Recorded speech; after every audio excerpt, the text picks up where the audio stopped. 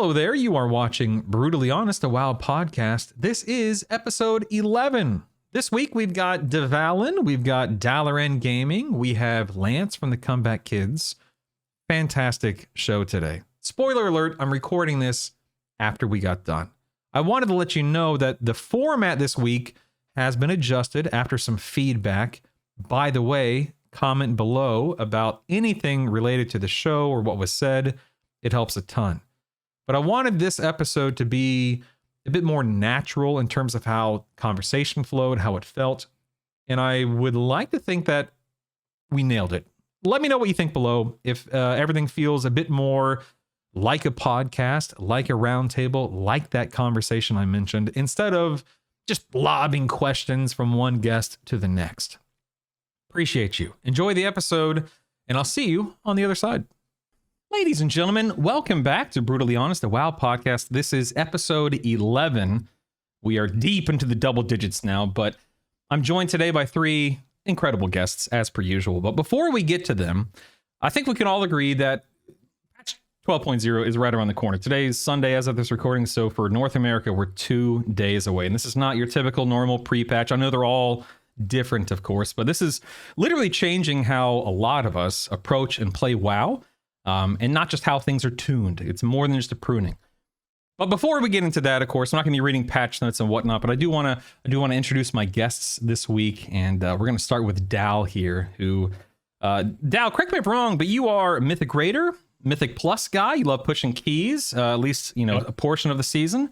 I'm interested to hear your take on things this week because not everyone in this call is a high level Mythic Plus player or 8 out of 8 Mythic and whatnot. And I think having a little bit of not a clash necessarily, but having a different perspective is going to do us a lot of good. But thank you for being here, man. I do appreciate it. You guys can find him at Dvalin Gaming on YouTube, and you can follow him on Twitter. And of course, as with everyone, links are below. But thank you for being here, Dal.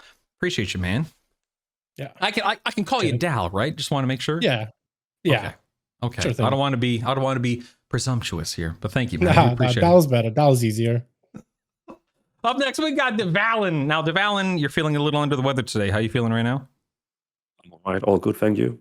No, you're very welcome. Thank you for being here, man. Dvalin, you are a huge advocate for the single button assistant. You've been making guides for a while now for people, gamer dads, gamer moms, people who don't have a ton of time, disabled people who are looking for an easier way to connect with the game and whatnot without the pressure of high-end optimization. Would that be correct? Is that kind of your niche, your avenue? Yeah, 100%. That's awesome, man. I don't personally use a single button assistant with every single character, but I'm a big fan of it existing. I know it might be controversial to some of you people out there, but I said what I said. But similarly, you can find Dvalin. Now, you stream on Twitch occasionally. I think you've had one stream this year. Is that right? Yeah, Twitch and YouTube. Okay, you can find this guy on Twitch, YouTube, Twitter. Links are below. But thank you for being here, man. I appreciate you. Yeah, thanks for having me. And we've got one half of the Comeback Kids, Lance. It's a good day for Lance. Thank you for being here, man. You are just dialed into that community these days. You have been running your show with your brother NZ Sky. Is that correct? For how long now? Yeah, a couple of years? The channel itself has been a couple of years. We have had a weekly show since February of 25. Wow, almost a year now then. Oh, yeah. Well, that's awesome, man. Thank you for sitting down with us today and allowing us to connect with you on this level and hearing your perspective on things. It is genuinely a joy to connect with you guys and to sit down with people on a weekly basis. And listen, this show may not be as fancy as yours, Lance, but I do appreciate you being here. So thank you very much, man. But you all do engage with WoW a little differently. So throughout the show, I want you guys to jump in. I want you guys to be don't just be agreeable. Don't just be polite. Feel free to disagree. Feel free to, I don't want to go so far as to say butt heads, but I would love to know different perspectives and whatnot. But right out of the gate, I mentioned, I think it was before I started recording the episode, but we do have polls running this episode. Anyone who's watching this live, and I guess I can even link the poll after the recording.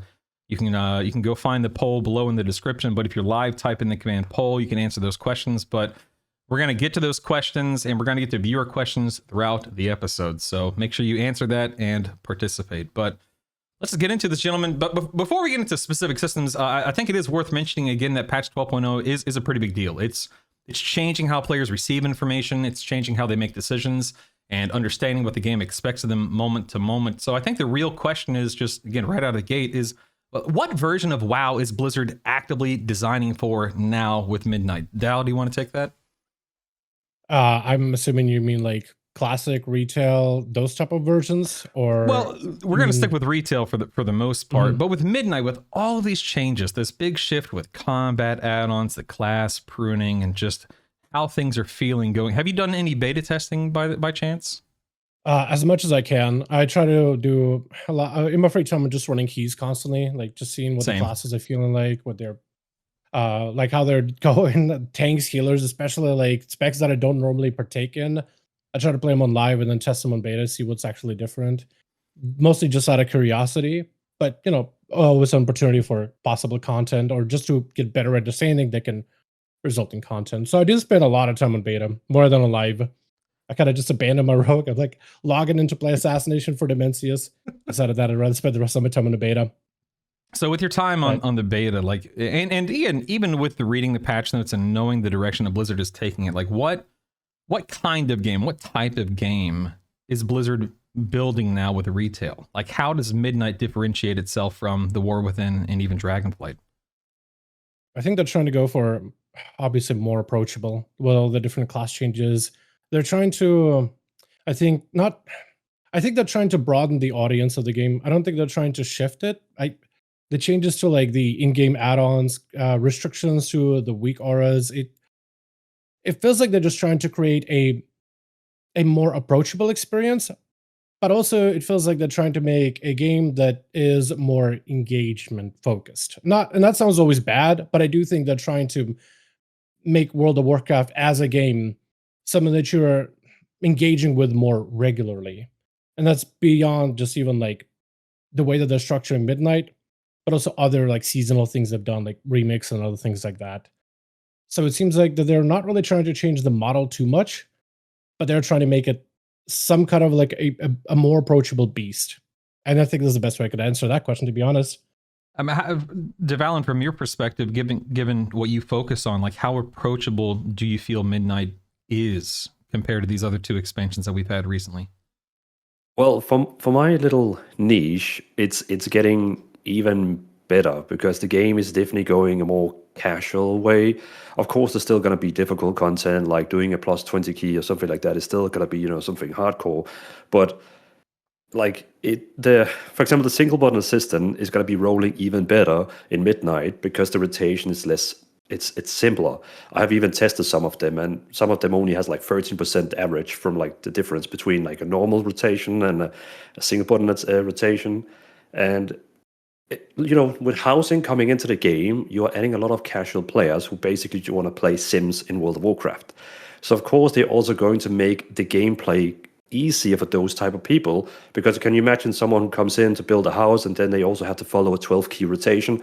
It's not really going to work out. Yeah, I think you definitely. I think both of you guys hit the nail on the head there. Blizzard is absolutely aiming to attract more people. I don't know if that's because numbers are bad or if because they think they just they can reach more people by making these changes, and the game's already healthy and it's going to be healthier than it currently is.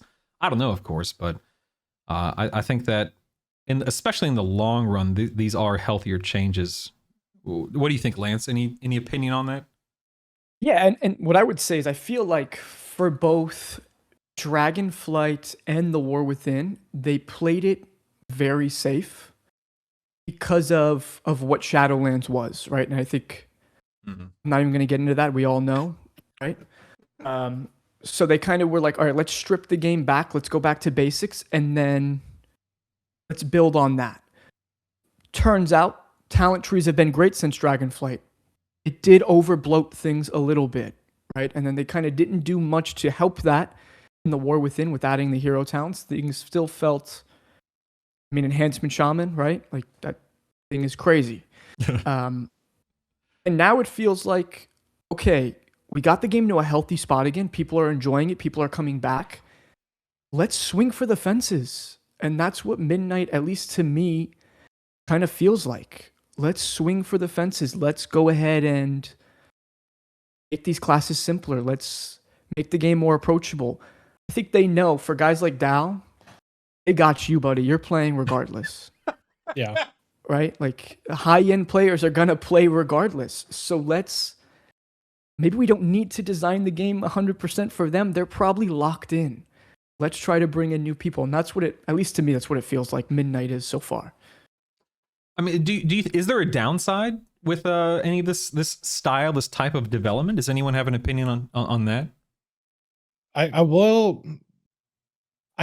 So the comment that Lance made on the high end, a lot of them are locked in, but it's also not a guarantee. There's always like at the high end, there's always a hunger for like more rewarding content, more difficult content, but while it does seem like the high end is serviced pretty well, I think there are some gaps that are missing. Like when you do see people like, why do some players one season they're invested and another season they're not? Blizzard does do well, but there's some moments where they do miss the mark with high end. So I won't say that they do have a good portion of players that do like difficult content. Like as long as raids and endgame bosses are engaging, and as long as we don't have any more like Stone Legion generals from Shadowlands, the less of those fights, more than Nothrace type of fights, the better. But I still think there's more that could be done for those high-end players that are looking to get more out of it than, like a Mythic Plus, for example, just my numbers go up kind of deal, right? I think there's definitely I feel like they maybe just stretching themselves a little thin. They're trying to hit all the different, player bases, casual, mid-core, high-end. And I think no matter who they focus on, there's always going to be a community that will feel like they're just not getting as much attention for them, I guess. So let me ask you this to kind of, tangent off of what you're talking about there with Blizzard adding, damage meter, cooldown manager, revamped nameplates, that kind of stuff. These changes are obviously targeted, whether it's targeted at a person, targeted at a problem. What problem are they trying to solve by integrating this stuff, by implementing it on their end instead of having, third-party add-ons do it? I think the reason to turn and make those add-ons a part of the in-game UI is to try to create more of an even playing field between a variety of different players, so everybody has access to the same tools, right? Like, let's say you do have a brand new player come to Midnight that would need to learn what add-ons are, how to install them. And while we've done it for a while, we know what's it like, where to find them, whether you do it through like the Curse app, CurseForge app, WoW Up, or just the old school where you just drop it into the interface folder. A brand new player won't like naturally know how to do that. Like with the base UI, they don't know how much damage they're doing. They have no idea. They don't have extra alerts and flashing lights and status checks telling them, hey, you're getting targeted by a boss ability while you're trying to learn how to play your class optimally. So it adds more ways to be able to raise the floor for some of those players getting into the game, giving them the tools and information they need to make sure that at least everybody has the bare bones tools to at least have like a fighting chance and to try to be competitive. I think that is the whole purpose. But it also is an acknowledgement that those add-ons have been impactful in how the game has been developed. And to try to design a game without these tools is silly at this point. Like, these tools have been problem solvers, and they've been able to give players more information to make more informed decisions regarding the play, regarding mechanics. So they're just acknowledging that those tools have been helpful and are just integrating as part of the base UI because they know that they help shape the game. So don't fight it. Add that in. I think that's what the purpose of them being added as a baseline UI is. Dvalin, how important are those tools for your neck of the woods? And I'm not trying to put you in a box because obviously, I don't know you guys personally. I don't raid with you. I don't run dungeons with you. This is our first time really sitting down, so I don't want to be assumptuous. I know. I'm sorry. We play all the time together, bro. Don't lie to the people. What are you talking about? But how important are these tools for you and for people that fall into that category? Well, see, like Midnight is going to be the expansion where I will officially say I will not be running with add-ons anymore. It's going to be the expansion where I will be totally without add-ons because I'm going to have a boss warning, a damage meter, nameplates that show what I need to see, cooldown managers, even with sounds. It's going to have everything that I personally need. And I think for the casual audience, it's going to be so nice that they can literally take an export string, throw it directly into the game, and one of your favorite content creators made a clean, simple UI in the game. You import it, boom, everything is there. No add-ons needed, anything. Of course, there's still going to be some high-end players who wants add-ons for doing this. But for me personally, since I would call myself in the casual end, I don't need add-ons anymore in Midnight. Yeah, I think that's, again, what you two have been talking about. I think that's so true. Dal, you said, I'm paraphrasing, you've been playing the game for a while. You've installed add-ons 1,000 times over. I love, and add-ons, by the way, aren't going away. I know that's kind of the running remark right now, but combat add-ons, primarily weak ores, of course, is going away in a couple of days, but add-ons themselves are fine. And I've done it for years now. You've done it for years now. Most of us have done it for years now, but you're right. When people come to the game and they install it, they hit the ground running.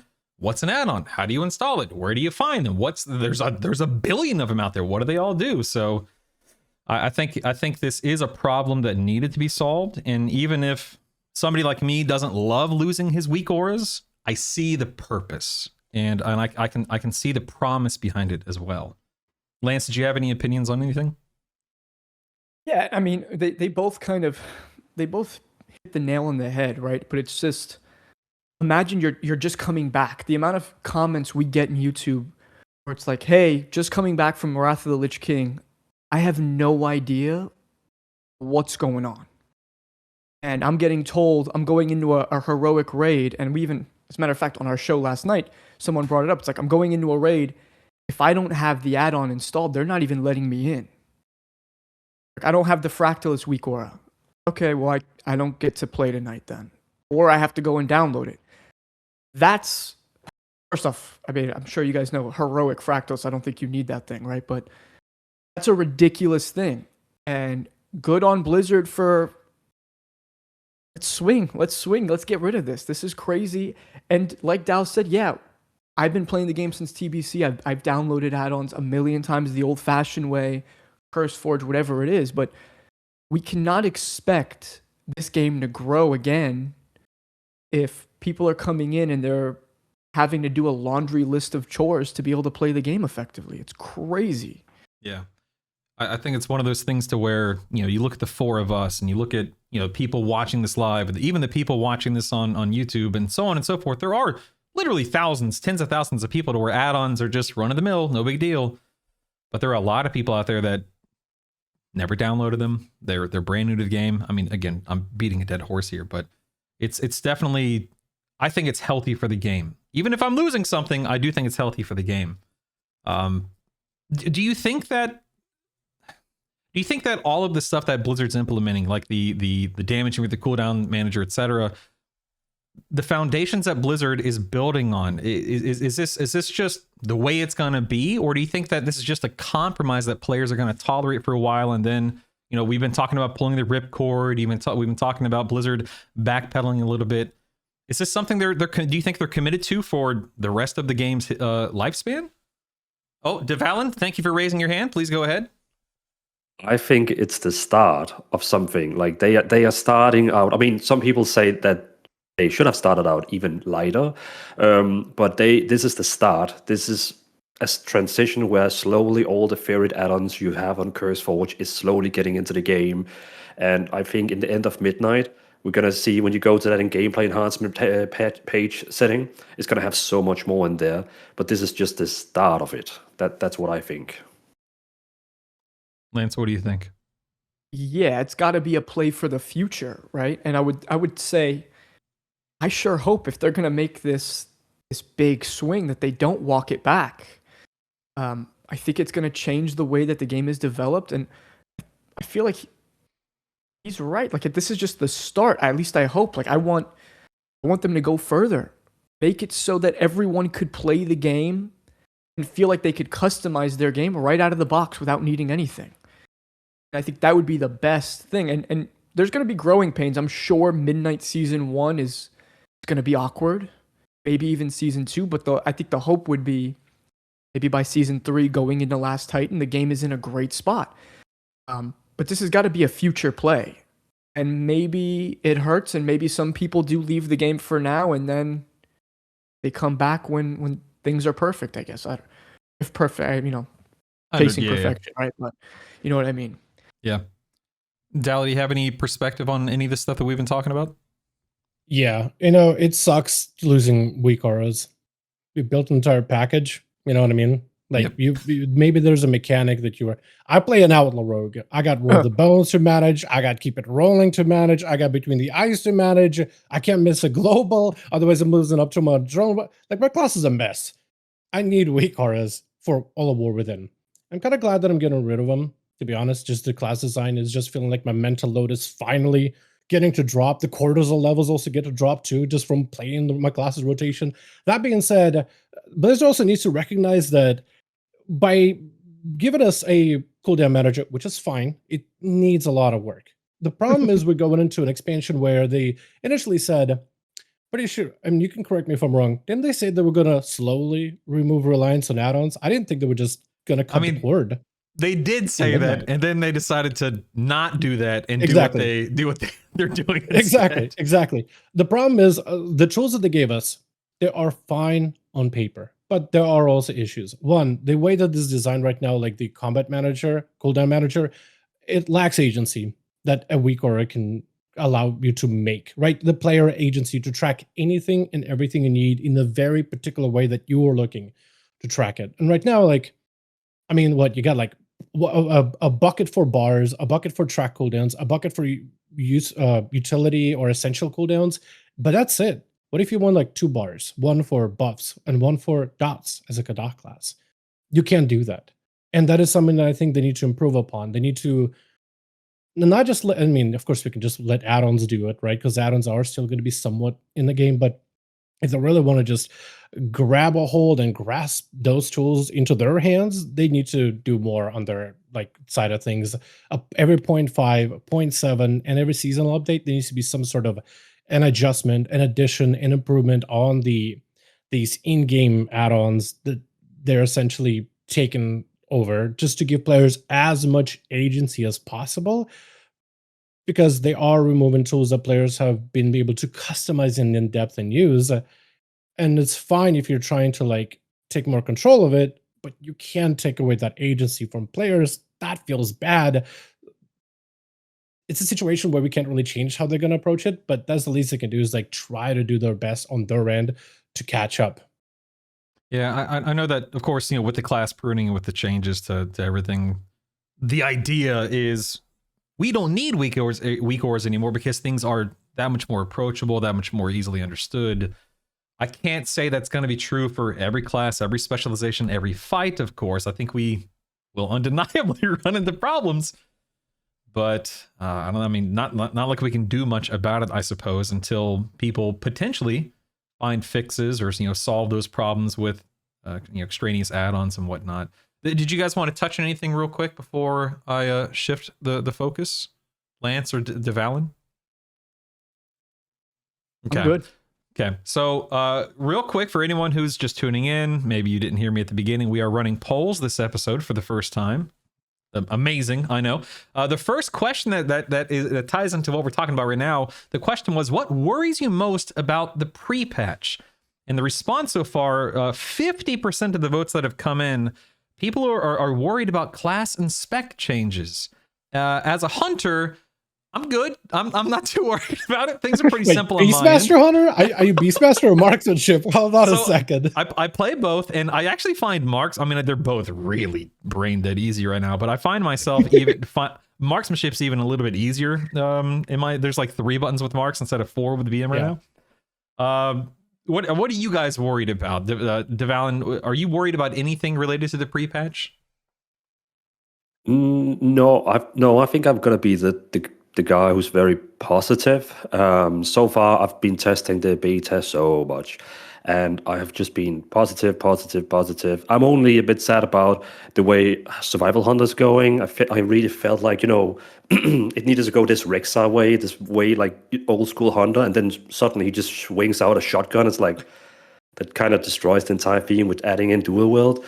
But so far, I'm actually quite positive about the beta, except that my main is C tier on the tier list. That's a bit wacky, but hopefully it will be better with the Blood Div Knight. What do you mean? Enhancement? No, Blood Div Knight. Oh, Blood DK. And Godspeed, sir. It's so far a scale for like, well, people say it's going to be the worst tank in season 1, so I guess I'm going to be the only one playing it. That's good. If you're the only one playing it, you are the best. Blood DK. You have to look at it that way. Dal, what about you? Or what are you worried about with the pre-patch, other than combat add-ons, weak ores, that kind of stuff? Me? Pre-patch. I mean, look, I play mostly Rogue. I played everything, but I mostly play Rogue. And I think this is the first expansion since Shadowlands, Dragonflight, and War Within, where Rogues actually got some attention, actually got some changes. You have no idea how, like, forgotten the spec felt for the last couple expansions during the alpha and beta, and then just like got some had to be fixed promptly after, usually by third season of an expansion. It's been rough, right? Rogues have been pretty rough. And I feel like this is the first expansion where they actually paid attention to rogues. So I'm excited. This is why I delayed playing Outlaw in War Within, because I kind of like this like BFA, return to BFA style Outlaw in Midnight, plus the assassination and the bleed spread mechanic and some of those streamlinings, subtlety where they were like, all right, there's no maintenance buffs, you just cooldowns and that's it. So it's like, okay, at least there's focus there. Not because we have bugs, but excluding the bugs, I'm excited for Rogue in particular. So I'm not worried. I'm actually excited because my class actually got some development time, it feels like, for the first time in a while. So from that perspective, because of the class that I play, I'm excited. Everybody else, though, it's a wild number of changes, usually streamlining, but still wild enough where a lot of classes are going to feel like they play differently. I mean, Beastmaster Hunter, similar, but like the focus is completely different. Survival, like Dvalin said, also feels different thematically and mechanically. Like everybody's kind of more or less the same, but like a fire mage is going to have to figure out that, I'm just casting fireballs the entire time and I lose Phoenix Flames. That's not fun anymore. So everybody's going to be a little jarred, and at least we have a month to figure out if we're sticking with our mains or switching over. What about you, Lance? Any concerns going in? I was concerned enough to stop playing Shadow Priest for the first time since Wrath. Oh no! After their 5th rework, man, come on. Listen, I've endured that pain for long enough. Fair. I'm sure I'll still play it, but I'm not gonna main it. I don't know. I really just don't like what they're doing. I like season 2, War Within, a lot for Shadow. I thought that was a ton of fun. Listen, there's always room for another hunter. All right, dude. Hunters mark this. Oh, come on, dude. You can't go wrong. Just telling Marksman was my my alt for most of my WoW career, but let's do it. I can't do the hunter thing, man. What? I can't do it. No way. I'm for the first time ever, I'm gonna play the new thing. I'm gonna play Devour. We'll see how. I'm sure. It has some problems. I'm sure it will get fixed though, right? They got to give it some attention. So, whatever. Hey, we'll see, man. We'll see. Make sure you guys are answering those poll questions. We'll tackle the next one here after this next discussion topic. We did have one viewer question that was captured. This question comes from I Am Burn J. I assume she asks, will you guys touch on how the millions of downloaded add-on Heckleys will shift the meta? Sorry, I'm just reading it as it's typed. I apologize. Will they use the single button rotation, or will they learn the new, easier gameplay? So I of course, with Heckley going the way of weak ores and not being an add-on that is moving forward in Midnight, what are people who depend on Heckley? What are they going to do? I mean, I think single button assistant is probably a safe assumption. Anyone have any perspective on that? You're talking about add-on Heckley, right? I pronounce it Heckley. Is it Heckley? I'm sorry. Don't. I don't know how to pronounce things. I pronounce it wrong too, to be honest. I'm in the same boat.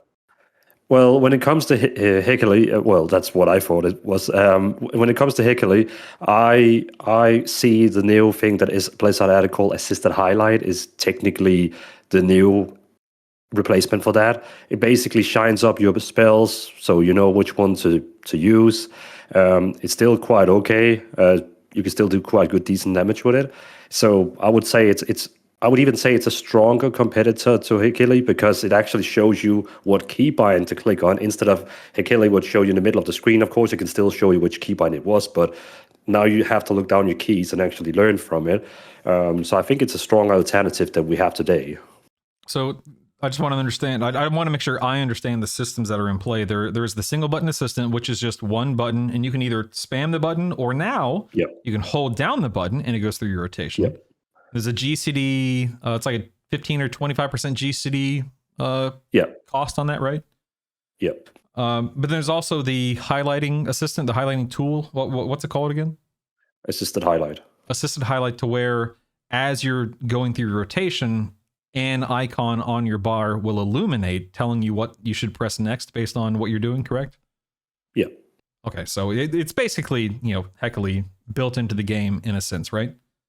Yeah. Okay, that's not too bad. That's a fair compromise. Doc F8's actually asked a question that ties into this. What does this mean for add-on creators? I mean, I don't know. I don't make add-ons. I know WeakOrs, of course, they're not moving ahead with development, so I guess for a lot of people, it's probably, just go on with their day and they continue making their add-ons with whatever API limitations have been placed. But I don't know if you guys have an opinion or perspective on that. Things are going to evolve and shift, right? But it's not like they're dead. And I don't know why. There's a big misconception. Everyone thinks like all add-ons are dead, or at least a lot of people do. I don't know who's spreading that, but we gotta clear that up. But I guess Tuesday's around the corner, right? I guess we'll all get our answers then. Yeah, we'll figure it out then. Go ahead. The add-on developers, they essentially just had to pivot. I think that's all they can do. And I feel like the add-on developers that work on like the creative side of things that are not being limited, they're having fun. But the people that have focused in on like the combat and being able to, organize information, gather information, allowed to create new tools, they're essentially like details. The guy running details essentially just can put a skin over the Blizzard's version of their damage meter, but they can't really extrapolate more information. So I feel like a lot of them are getting shafted with this whole like Blizzard being more hands-on with combat capabilities. Yeah, again, I think it's definitely something that will improve whether it be lifespan or the quality of life or whatever it is in the long run, but there will undeniably be growing pains, especially for people like me that just love WeakOrs, but not much I can do about it. This actually just kind of transitions us right into the next topic about add-ons and accessibility and whatnot. I don't want to talk about whether add-ons are good or bad because everyone's going to have an opinion on that. I love them. Some other people hate add-ons. I don't understand that perspective, but we're not here to debate that. I want to talk about where and how Blizzard draws that line between player-created solutions and core game responsibility. Let's look at the damage meter initially. It lacks it's a bit lacking. It definitely lacks some advanced analysis right now, especially compared to details, while something like Warcraft logs, it still does a ton of heavy lifting, obviously. Do you guys think this is the right split? What you can see and track and do in game versus what can be captured and seen in the back end after a poll? Dal, you probably have an opinion on this. So I think their implementation of the DPS meter, it is not as good as details. We can all let's just be honest here. Let's just be upfront. They'd be able to pull up details and seeing like how many abilities of yours crit, how many procs you're getting, all that info. It is so nice, right? Anybody at high end is going to enjoy that information because it gives you many more, like, you want to know how often a trinket procs to see if it's any good. You want to see how effective a talent build may be. And this gives you like the info you need. I feel like for a lot of players that, let's say, just do 10s for Mythic Plus weekly, maybe 12s, anywhere between casual to like kind of mid-core, I think the damage meters they got are going to be just fine for a huge portion of the player base and a huge portion of the content. You could see who's hitting hard. You could see who's healing. You could even see unavoidable damage. And I think that addition is really, really nice. Like I'd see in that, oh, hey, that mechanic is avoidable. I probably should be avoiding it. So I feel like for a lot of players, it is going to be serviceable. The fact that it is going to be just, if you do want that detailed information be in logs, it's an annoying hurdle. I think a lot of the players that do want that information will go through the hurdle.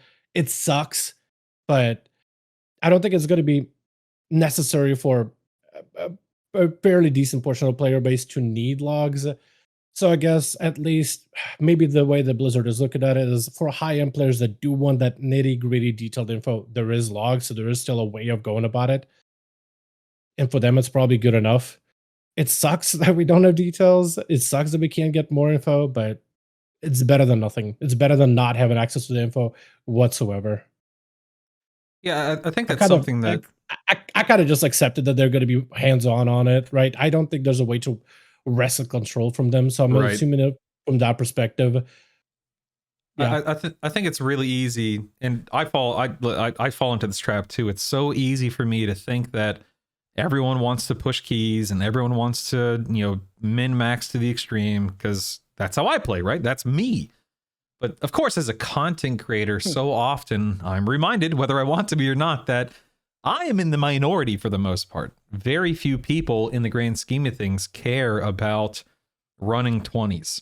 Very few people care about digging into logs and finding that 1, 2, 5% extra damage.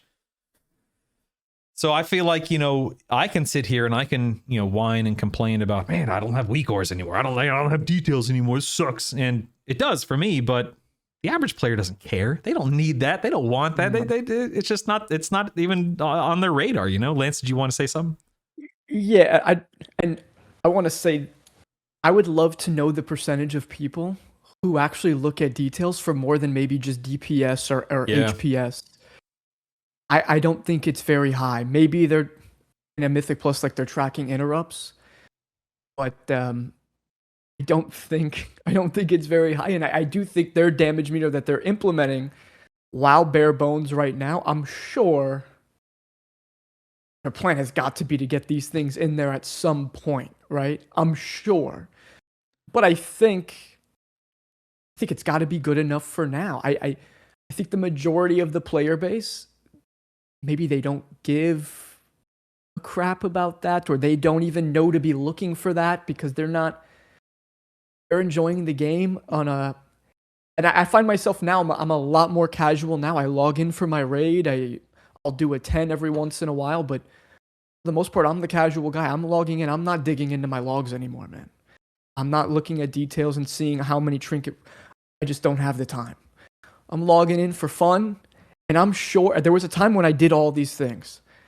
I don't have the time anymore to really do these things. I don't want to talk over any of you guys, so forgive me. But you just said a key word there, the key word being fun, because obviously subjective term, blah, blah, blah. Objective. Because, people can make an argument, well, it's fun for me to not have to worry about, add-ons and not to have to worry about blah, blah, blah. Whereas for someone like me, the fun that I derive from the game is that high level optimization, pushing keys, finding that extra damage, making sure that I'm top performer, et cetera, et cetera.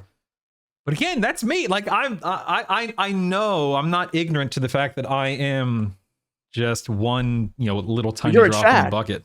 I would no, I wouldn't go that far. Listen, definitely not. Not everyone can be a top dog. Okay, some people that dog's got to eat. That's not me. That's not Some me. of us are little dogs. When we're in World of Warcraft, we're the little dogs. And I'm old. I'm washed up. Majority. No way, bro. I see your gameplay. You're killing it. Dvalin, what do you think, Dvalin? Well, it's a fun mix you have in here with us, because the highest key I've done this expansion is +5, and then a lot of people probably laugh at that and say, okay, that's not too high. And that's just the end I am in. I'm having fun. I'm playing with my guild. We just have fun in a +5, and then we go home and drink some soda. So personally, for me, having this damage meter, it's funny because I just did a post about it that, oh my god, see this new damage meter, it's amazing, it shows exactly what I need. That comment section, you don't want to go into that because it's mad. Like, people are so angry there. They're like, you don't know what you need. We need so much more. And I'm like, but it has what I need. So I for me, it has what I need, because I just want to see right now, am I doing more damage than my guildmates, or am I doing less damage than my guildmates? Yeah, that's obviously a very fair take, in that when someone logs into the game, whether they're logging onto a fresh character, or the character they've been playing for 20 years, if they're not pushing keys, if they're not in heroic or mythic rating, what does it matter? Like they like you said, you have what you need, even more so in some cases. And anyway, I don't want to talk over you guys, but I don't know if anyone had any perspective on what we've been talking about here before we move on to the next question. I think it comes back down to player agency, whether it is something you need or don't need. Players it's a tool that we've had for like a while. Like details have been around for a while. So now the next expansion is gone. It's just whether it is somebody who uses that tool or not, whether it's somebody who does push high-end content or not, that player agency to look up that more detailed information that's readily available in front of you, you are removing player agency with the changes to these tools. So it is just going to be someone that Blizzard specifically, if they want to be hands-on on it, they got to take more responsibility in all these changes. And I think that player agency is what really a lot of players dislike about this whole these tools. They're not quite exactly what we used to have. So it's like, why are we getting a worse version? Right? I mean, do you think I that think that's where Blizzard it comes from? I agree with you. Do you think that Blizzard can maintain? Do you think that they're in a position? Do you think that a year, a decade from now, that they're going to keep up with all of these trends and expectations and stuff that they put place on themselves? I'm not a fortune teller. I just press roll the bones and I gamble when I play WoW. That being said, they're gonna have to, but can they do it? I guess they have to. I mean, you just said it, right? They have to.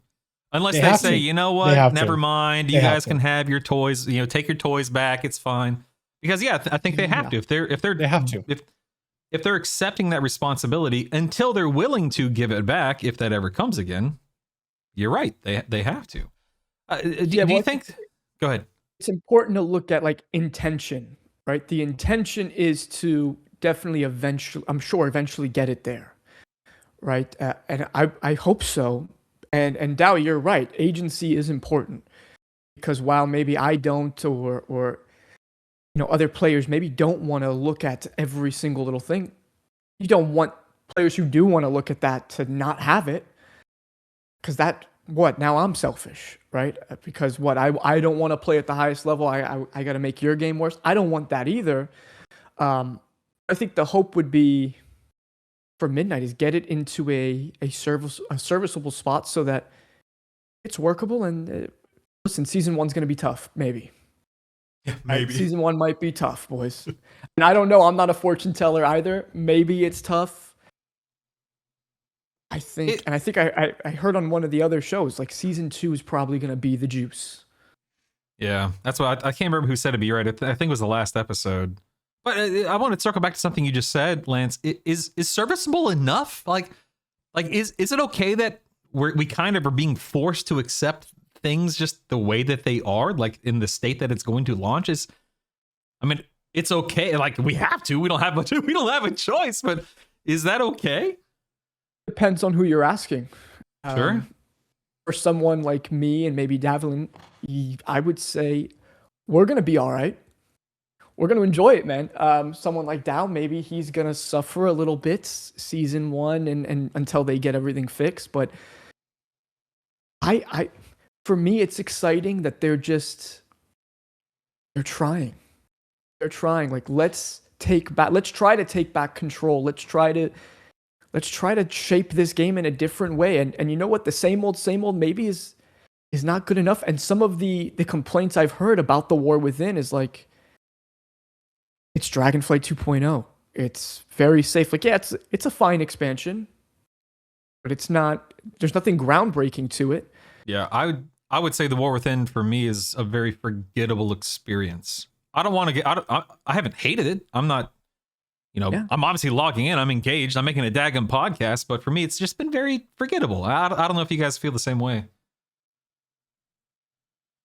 I've loved every second of it, but that's my community is insane. Our community has been amazing. I love what we've got going on, and they've definitely made it much better than maybe the expansion itself is. But yeah, I think it's a very safe expansion, right? Does anyone else want to touch on that or push back on that? I felt that way about Dragonflight as a safe expansion. That one just felt like forgettable. But War Within, I think, has been, for me at least, a better experience. Maybe like season 1 for Mythic Plus was a little odd because there's just not enough tanks, but season 2 was a banger. Season 2 was pretty enjoyable. But yeah, the only reason I'm not logging into War Within now is because, the beta outlet just plays much better. And at least I prefer it. The BFA version or closer to BFA version, super nice. But I don't think for me War Within was that bad, but I could see why somebody would say it. I think the WoW definitely has had lower points. Warlord Jenner. That's another one actually, Lance. So how dare you? Come on, man. Come on. Do you have any idea? Listen, marksmanship, 4-piece, HFC. There's not that Outlaw wasn't a thing then, bro. You got to cut him some slack. He had to play combat. Unbelievable. I can't believe you just said that. But that was an expansion where if it wasn't for my community at the time doing the 5,001 doses we did as regulars, that was a lot of fun. But yeah, I mean, hanging around in Trash Ran and New Garrison. Yeah. Although if you ask my GM about it, he thought WoD was the best because raids were some of the best out there. So he'll fight me for it. WoD is definitely one of those expansions to where it suffers from the fact that we were, 14 months we were stuck in HFC? So it left a lot of, and rightfully so, it left a bad taste in a lot of people's mouths. I want to ask the $1 million question, but before I move on, did anyone want to touch on anything that was just discussed? I just want to leave a comment quick. I think for me, the War Within has probably been my favorite expansion. I've played since 2003-4, when they had the beta of vanilla. And I know a lot of people would say Ravage King is the best one, the Burning Crusade is the best one, and the Turgle one.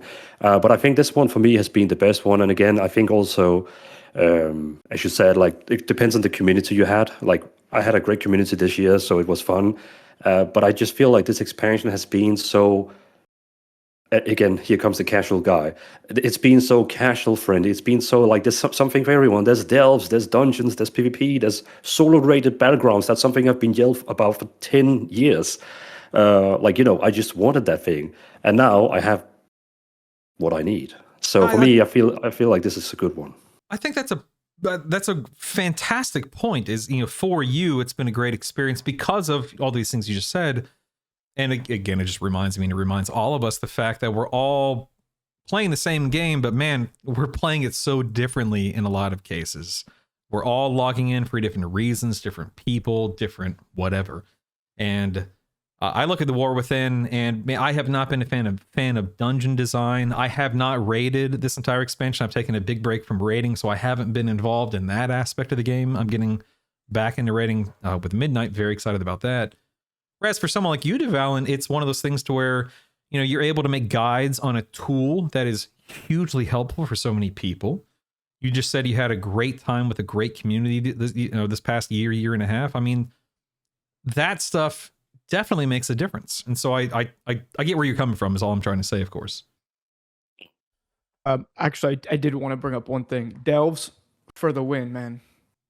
Oh, yeah. I got full-time job, come home to a baby, but I could still log in 20 minutes, do a tier 11 real quick, and I'm still ready to do my heroic raid every week.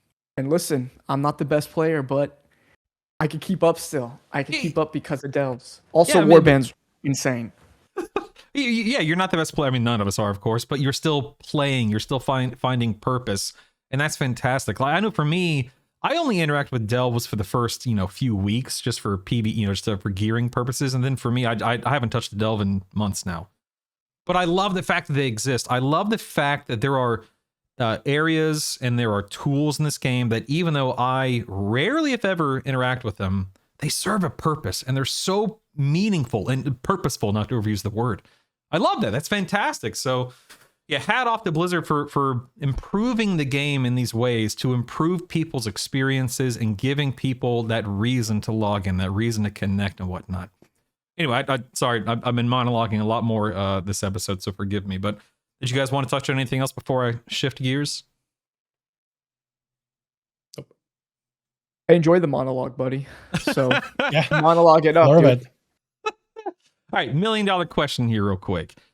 We've been talking about add-ons. So, we had this little tangent for the past few minutes about accessibility and, why we're logging in for different reasons and blah, blah, blah. But how do all of these changes in Midnight, combat add-ons especially, how does this actually improve someone's gameplay or their approach to the game? Like, how does it make a player actually better at the game? Or is that even the goal, to make people better? Or is the goal just to get people involved? I think that's going to once again go back to who you ask, right? It might help some people who don't have add-ons and who don't use them because they either don't know about them or they just refuse to.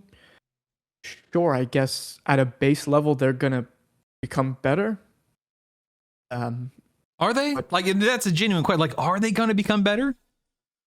I mean, if they're not using add-ons and they already don't rely on them, and at least there's not going to be a learning curve or a change for them. So maybe not better, but at least they won't suffer as much in season 1. I don't know as everyone else. But for someone, and even in my guild, yeah, there's going to be people who probably rely on add-ons a ton who are going to suffer. I don't know if they're going to be made better for it, but it's going to be, or at least the hope is that they change the way they're designing this thing. Right? I don't know how much they're doing that in season 1. Like, I've done some of these Mythic Plus dungeons. I guess a little bit, it seems. I think maybe they should. I don't know. It doesn't. I don't know if they're at where they should be just yet. But I would hope it helps people who aren't using add-ons already get a little bit better. I don't. If it's not going to help them, I don't know who it would help. Right? Yeah. Dal, what do you think? It's a hard question, but I thought about it a lot, and I don't know if the combat add-ons and the addition of them by themselves in a vacuum. I don't think by themselves they're not just going to be like just the thing that makes, raises the skill floor by itself. I think it's when you take a look at the entirety that is Midnight and how they're changing the game, from the streamlining of classes, the changing of the mechanics within dungeons and raids, so there's a bit of pacing, so you don't need to rely on add-ons to be able to play your class optimally and to be able to interact with the mechanics and do them correctly. And then you add the add-ons, the in-game add-ons on top of it. I think together they help, but by themselves, the add-ons, it's just a way for you just to get more information. By themselves, no, but as like a whole package of what is happening in Midnight, yes, they're a part of the solution in a sense. Dvalin, do you have any perspective on the question? I always look back at my dad, who plays WoW in a year. Well, he's 65 or something around that. He's a clicker. He uses his mouse to click his spells and so on. So the moment he got the single button assistant, his damage increased by 200%. And by giving him all these enhancements in the game itself, it will now allow him to join me on raids, probably because it will tell him stand out of the fire, where before he needed, of course, an add-on fight, which I know he wasn't a fan of.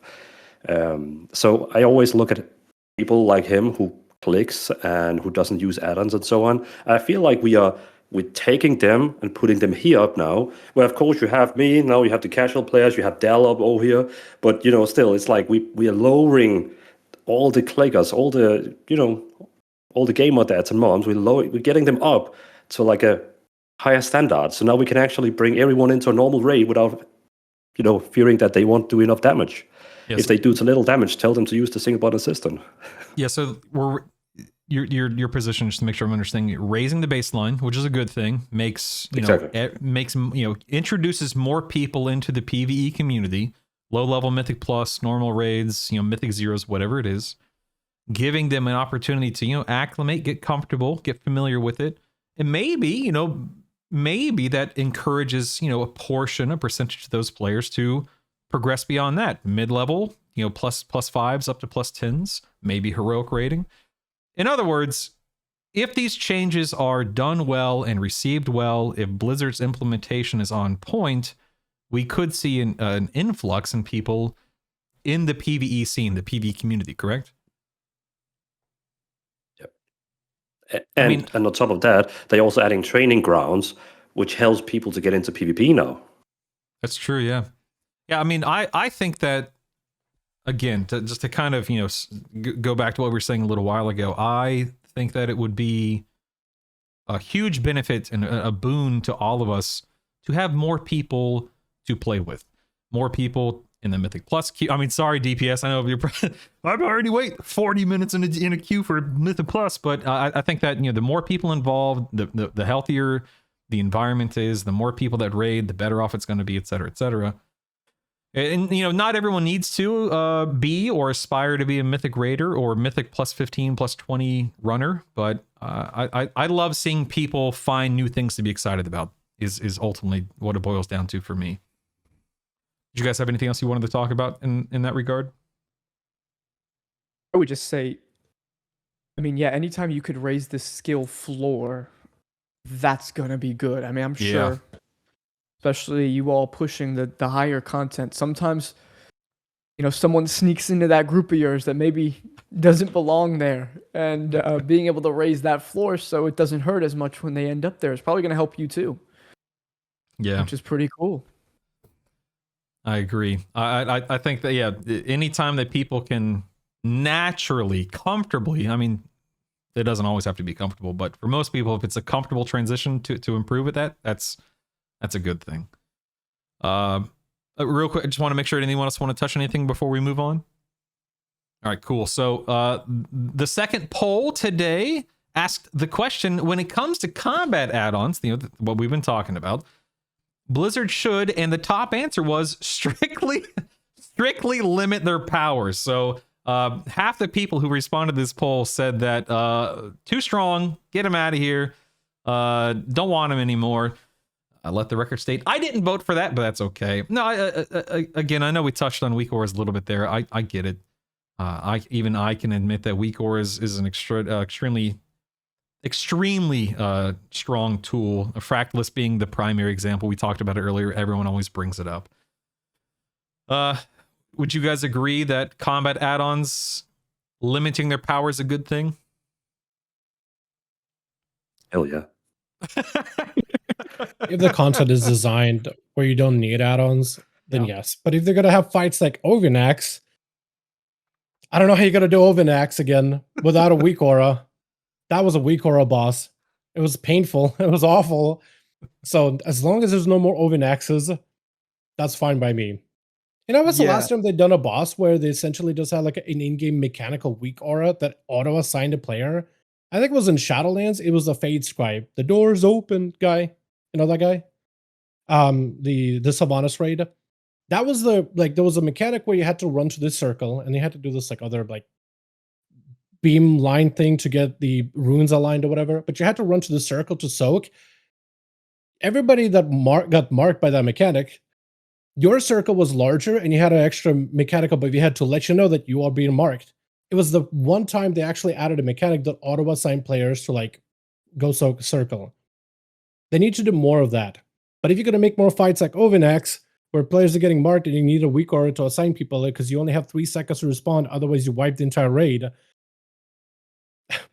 The less Ovinaxes, more Fade Scribes, please. That's the way they would have to go about it. Great point. And I want to say thank you for explaining that fight to maybe people who bowed out of Shadowlands and didn't stay for Sanctum. So thank you for that. But I also want to say, I want to bring up it goes back to intent on Blizzard's part, right? I guess the intent would be, let's not, if we're going to strip these things back, the intent should be, let's not make a Brood Twister again, right? Or let's try not to make a Fractalist or these bosses where it's okay, this boss is trivial if you just make a weak aura and boom, and if you don't have it now, it's infinitely harder. Yeah, I hope the intent is that. And if they do that, great. I think not everyone, but people should be happy for the most part, right? But if they keep making bosses like that, you're just going to have people who are kicking and screaming why'd you take this away and now you're still designing the game like this? You can't do that. Something's got to give. So intent, I think, is important, and I would hope that would be the intent, is what I would say. Have you done any raid testing, Dal, specifically?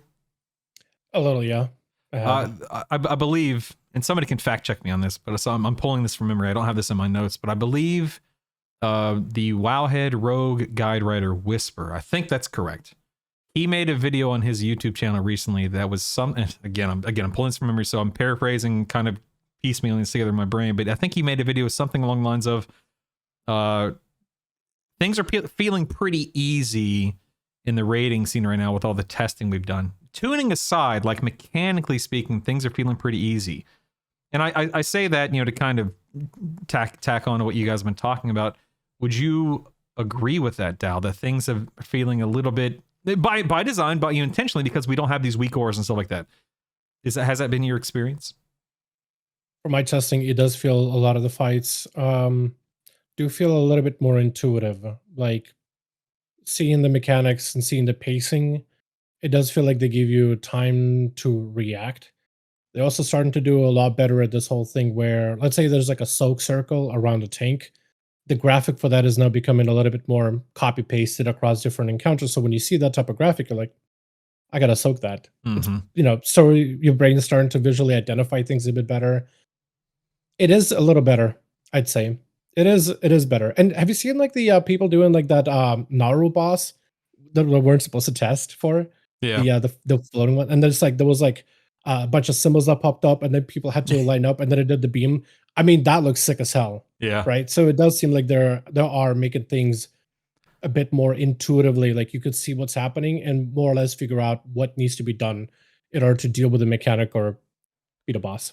It does feel better. So I'm definitely in the category that stepped away from Shadowlands. Lance, that you mentioned that a moment ago. I stepped away after Castle Nathria. Sorry, team.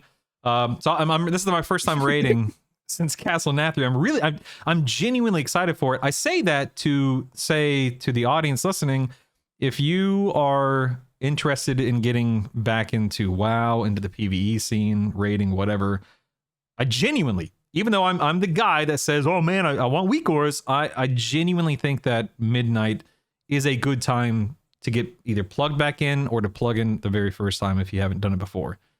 I think that with these changes, especially if you've taken a break or you don't have prior experience, it's a good time to be like, okay, baseline is set like we've discussed. Mechanically speaking, it's not the hardest it's ever been. And you can ramp up throughout the expansion, assuming that's the direction they take, with each season getting maybe a little bit harder, a little bit more complicated, you'll be able to ramp up or just, continue doing casual stuff. That's fine too. But yeah, I'd say right now is a good time to get back into the game if you've taken a break like me. Would you guys agree with that? Yeah, definitely. Part of an expansion's always a great time, right? That's true, man. I love that reset. Oh, the wiping the slate clean. Everyone's on level footing. Normal dungeons, heroic dungeons, mythic zeros. Like, I love that. It's my favorite thing. Yeah, it's my favorite thing in all of gaming. It also gives, guys like me a thought in the head, like, this is the expansion that's going to be different. I'm doing it. This is the one where I'm going cutting edge. And then 2 weeks in, I realized, I don't got the time. Listen, hey, shout out to I'm trialing with a guild called Unbalanced on Tichondrius. 2 nights a week, man. I'm not putting pressure on you, Lance. I'm just saying there are options out there if you don't want to raid. They raid 6 hours total a week. I'm just saying. Shout out to Unbalanced. Thankfully, my guild, we're gonna have a 2-night-a-week schedule too for our Prague team in our guild as well. So we'll see if I make the cut in my own guild. You'll be fine. Don't worry. Oh, we did have one viewer question coming from Tutor Doots. What's up, Tutor Doots? Tutor Doots asks, the one-button rotation has made the game more enjoyable on my alts. I couldn't care less to learn my rotation on my 8th alt doing a weekly 10. Is the one-button rotation where it needs to be penalty-wise, or is it too strong at the level that makes it so that they want to use it to have the option? In other words, is the GCD penalty the way that it's currently designed fine? Is it too strong? It doesn't need to be even worse. What do you guys think? I think it's fine where it's at. I don't think it needs to be adjusted too much. I don't play with a one-button rotation that much, so I'm wondering if Dvalin would have a more of an informed take. Well, see, it's one of the funny things I've tested on the beta to see how much does it deal damage against the assisted highlight and the single button assistant. And the difference between, for example, on Arcane Mage using assisted highlight, where basically you just use your rotation after what it highlights, and using single button rotation was 12.9 DPS difference. But that's standing still on a dummy for 5 minutes, just doing the rotation. So it's like, is that enough or not? I personally, I mean, again, the assisted highlight doesn't even play as good as, for example, Dal, you would play. You would probably still play better than assisted highlight is suggesting, because that's still me clicking whatever is glowing, kind of like playing Guitar Hero. So, I mean, I guess in reality, it's always going to deal 20%. It's one of those funny things. It deals 20% less damage than someone who's really good at really good at the class. But if you play against someone who thinks they're good but actually are not good, you might even deal more damage than them. And I feel like that's okay. No, yeah. I love seeing people perform with the rotation tool, because just of course, from numerically speaking, you can't outperform somebody who really does, like you said, who actually knows what they're doing. You cannot outperform them, because there is a limitation, a restriction that's there by default. But being able to, like this person said, tutor dudes jumping on an alt, learning how to play something, perhaps you just don't care, and that's fine too. Love it. I love seeing people be able to do something comfortably without feeling stressed about it, when it shouldn't be a stressful thing at that, that entry level, that mid level, whatever you want to call it. You're not racing. It's not race to world first, out there for most people, we're gonna go ahead. I was just gonna say, as long as, because like the whole one button rotation or even assisted highlight, I think it's always going to be a bit of like a topic in the community, right? Like, how strong should it be compared to a player that actually mastered their class and knows it super, super well? Because, like, if you could just take the one button rotation and, take it to world first, that's a little silly, right? So, again, it's going to be down on Blizzard to balance it. But I don't think anyone has an idea, any issue really, of like the button offering more accessibility. But, man. I guess I'm just like been thinking about it. It's like, how much limitations should it really have? It should have some, but I'm wondering if I'm just wondering if they're gonna, because like the streamlining classes, they're making classes a little bit easier, a little bit more approachable. So I'm assuming the button is gonna get better naturally. And I'm wondering if they're gonna end up like looking at it themselves and being like, maybe we should nerf it some more. Maybe we should incur a bigger DCD thing on it, right? I feel like it's, again, in their control to figure it out, and I don't have like an answer how they should go about it. I'm just wondering if they'll like. I wouldn't be surprised if they end up somehow nerfing it artificially in Midnight, one way or another. I did a build for the single button system for every DPS class in the game, and some specs really did well with it, and some specs like Fire Mage was just horrible because it used like 3 Fire Blast in row, where you're like, what are you doing? And the Survival Hunter didn't work at all. Like that just didn't work at all. So some specs really was almost sometimes 11% less than someone who maybe would be good, but then you have Survival Hunter who would deal 30% less. And I agree, if we get to the point where, especially with Midnight, because as you said, the rotation is going to be so smoother now, it's probably going to be able now to play Fire Mage finally. And yeah, but I mean, also with this, well, who knows if the game is ever going to come on console, then I guess this button is going to be the prime button for console players. Very possible. You know what one of my favorite things to do is I have a Steam Deck. Shout out to Druish, one of my mods who is letting me borrow it, ... But I have a Steam Deck, WoW's installed, literally just on an alt, I can just load it up, and if I want to go questing, if I want to do this, that, or the other, just hold down a button. And I can just cruise through, don't have to think about it. Now, some people may say to themselves, well, that's dumb, you're just not. But you know what? Sometimes I like sitting down next to my wife, popping on, a show on Netflix or, Amazon Prime or whatever the case may be, and just hanging out with her without having to pay attention to exactly what I'm doing in game while I'm leveling an alt. I've leveled alts 1,000 times before. Let me enjoy a show with my wife. Little one button rotation. I love it. I said what I said. I'm unapologetic. It is what it is. Yo, big Steam Deck unite. Yeah. I don't one button rotation in on the Steam Deck, but my wife just got me one for our Yeah, anniversary. there you go. It has been pretty sick to be able to play it in bed. I love it, man. Yeah, it's pretty awesome. Well, I want to jump to the next topic if you guys are okay with that. I don't want to cut anyone off. All right, cool. I want to jump right into Lindormi's guidance. All right, for those of you that don't know, Lindormi's guidance hit beta a few days ago. To explain it briefly, when you join a +2, 3, 4, or 5 on beta right now, mobs will be highlighted like a little golden color with a little golden circle under their feet. And as the tank, in pretty much all cases, of course, as long as you pull every mob in the dungeon that has that golden highlight, you will reach your enemy force count, your 100% to finish the dungeon. I want to know what you guys think about this. Is this meaningfully helping players learn dungeons? Is this delaying difficulty, just, putting it off until you hit +6 and beyond? Is this a good thing? Is it a bad thing? Man, somebody take the floor, please, go. I mean, I've been seeing the discussion back and forth on this, and everybody has an opinion, right? Is this the yellow paint mechanic? Is this the yellow paint that you see on other games, but as a WoW affix? In a sense, yes. But I don't think it has to be like the worst thing in the world either. The way I see it is Blizzard initially, I guess, since at least War Within, maybe previous expansion, saw Mythic Zeros as like, this is the place where you go to, or ideally, learn your dungeons.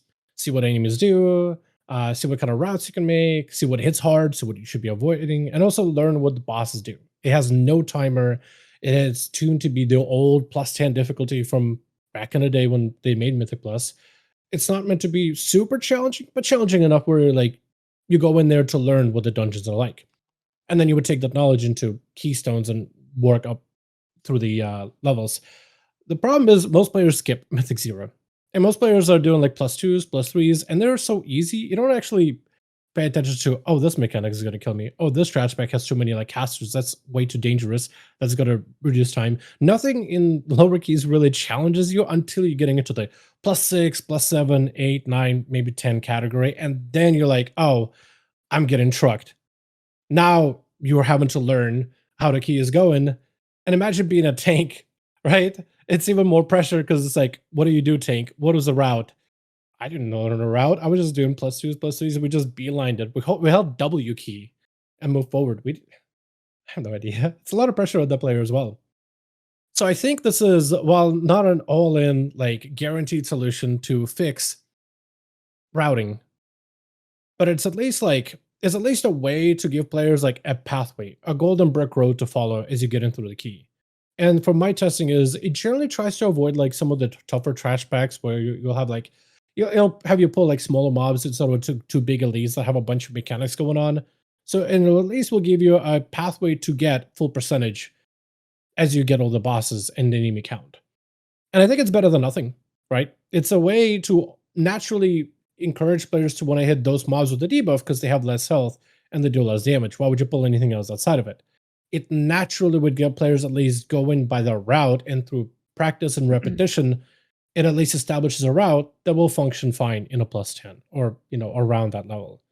From there, there's an opportunity for players to use other resources to learn a route, especially because, it's a very much a tank specific type of like responsibility. It just has become a tank heavy responsibility ever since Mythic Plus have been added as a system.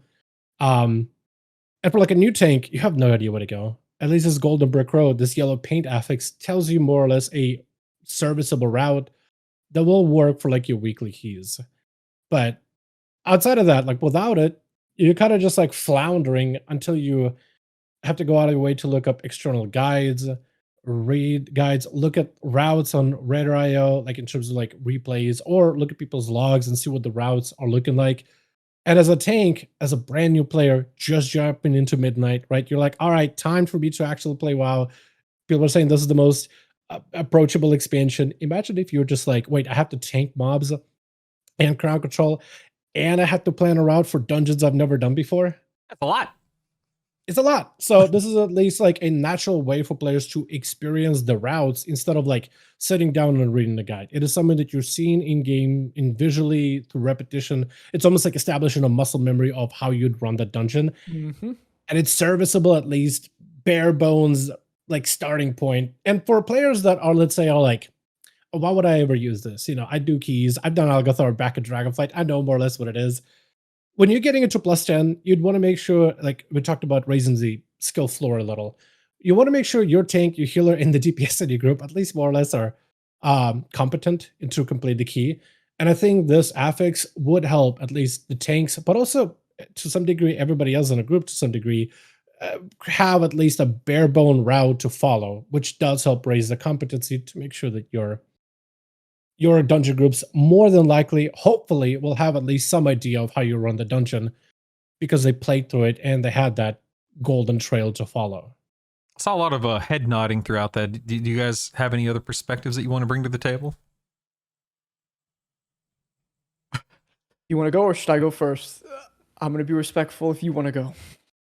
No, okay, I just have one quick thing, because like I said before, I have done maximum +5, 6 keys or something like that. And the same with my guild. We are very casual people who likes to do only the normal raid. We do it like 10, 20 times. We have fun. We also do Mythic Plus 1 to 5. And I think this is going to be great because none of us likes to go on YouTube and find out what route we have to go. So this is something that it's going to make it more fun for us just to jump into and be like, I mean, I hope at least they have like marked it the right path that you, I mean, of course, someone is going to make a better path, maybe, but it will probably. But at least for casuals like me, it's nice that we can go in and be like, we should go that way. Yeah, I mean, I think that's exactly right. Before I monologue again, Lance, did you want to say anything? Yeah, and I keep bringing this up, but I want to go back to like, what's the intent right now? I'm assuming the intent would be, how do we get more tanks to queue? Right? Because that's the biggest thing. And I know for a fact from my guild, from YouTube comments, people are stressed out about even the thought of tanking. They're like, I would like to tank, but I have to, as Dal said, I have to. It's a lot. I have to tank, I have to CC, and then I have to plan a route. With the biggest one being, I have to lead and plan a route. That's nerve-wracking for even me, and I've tanked. So I'm sorry to interrupt you, which, by the way, is an add-on for most people. Mythic Dungeon Tools, MDT.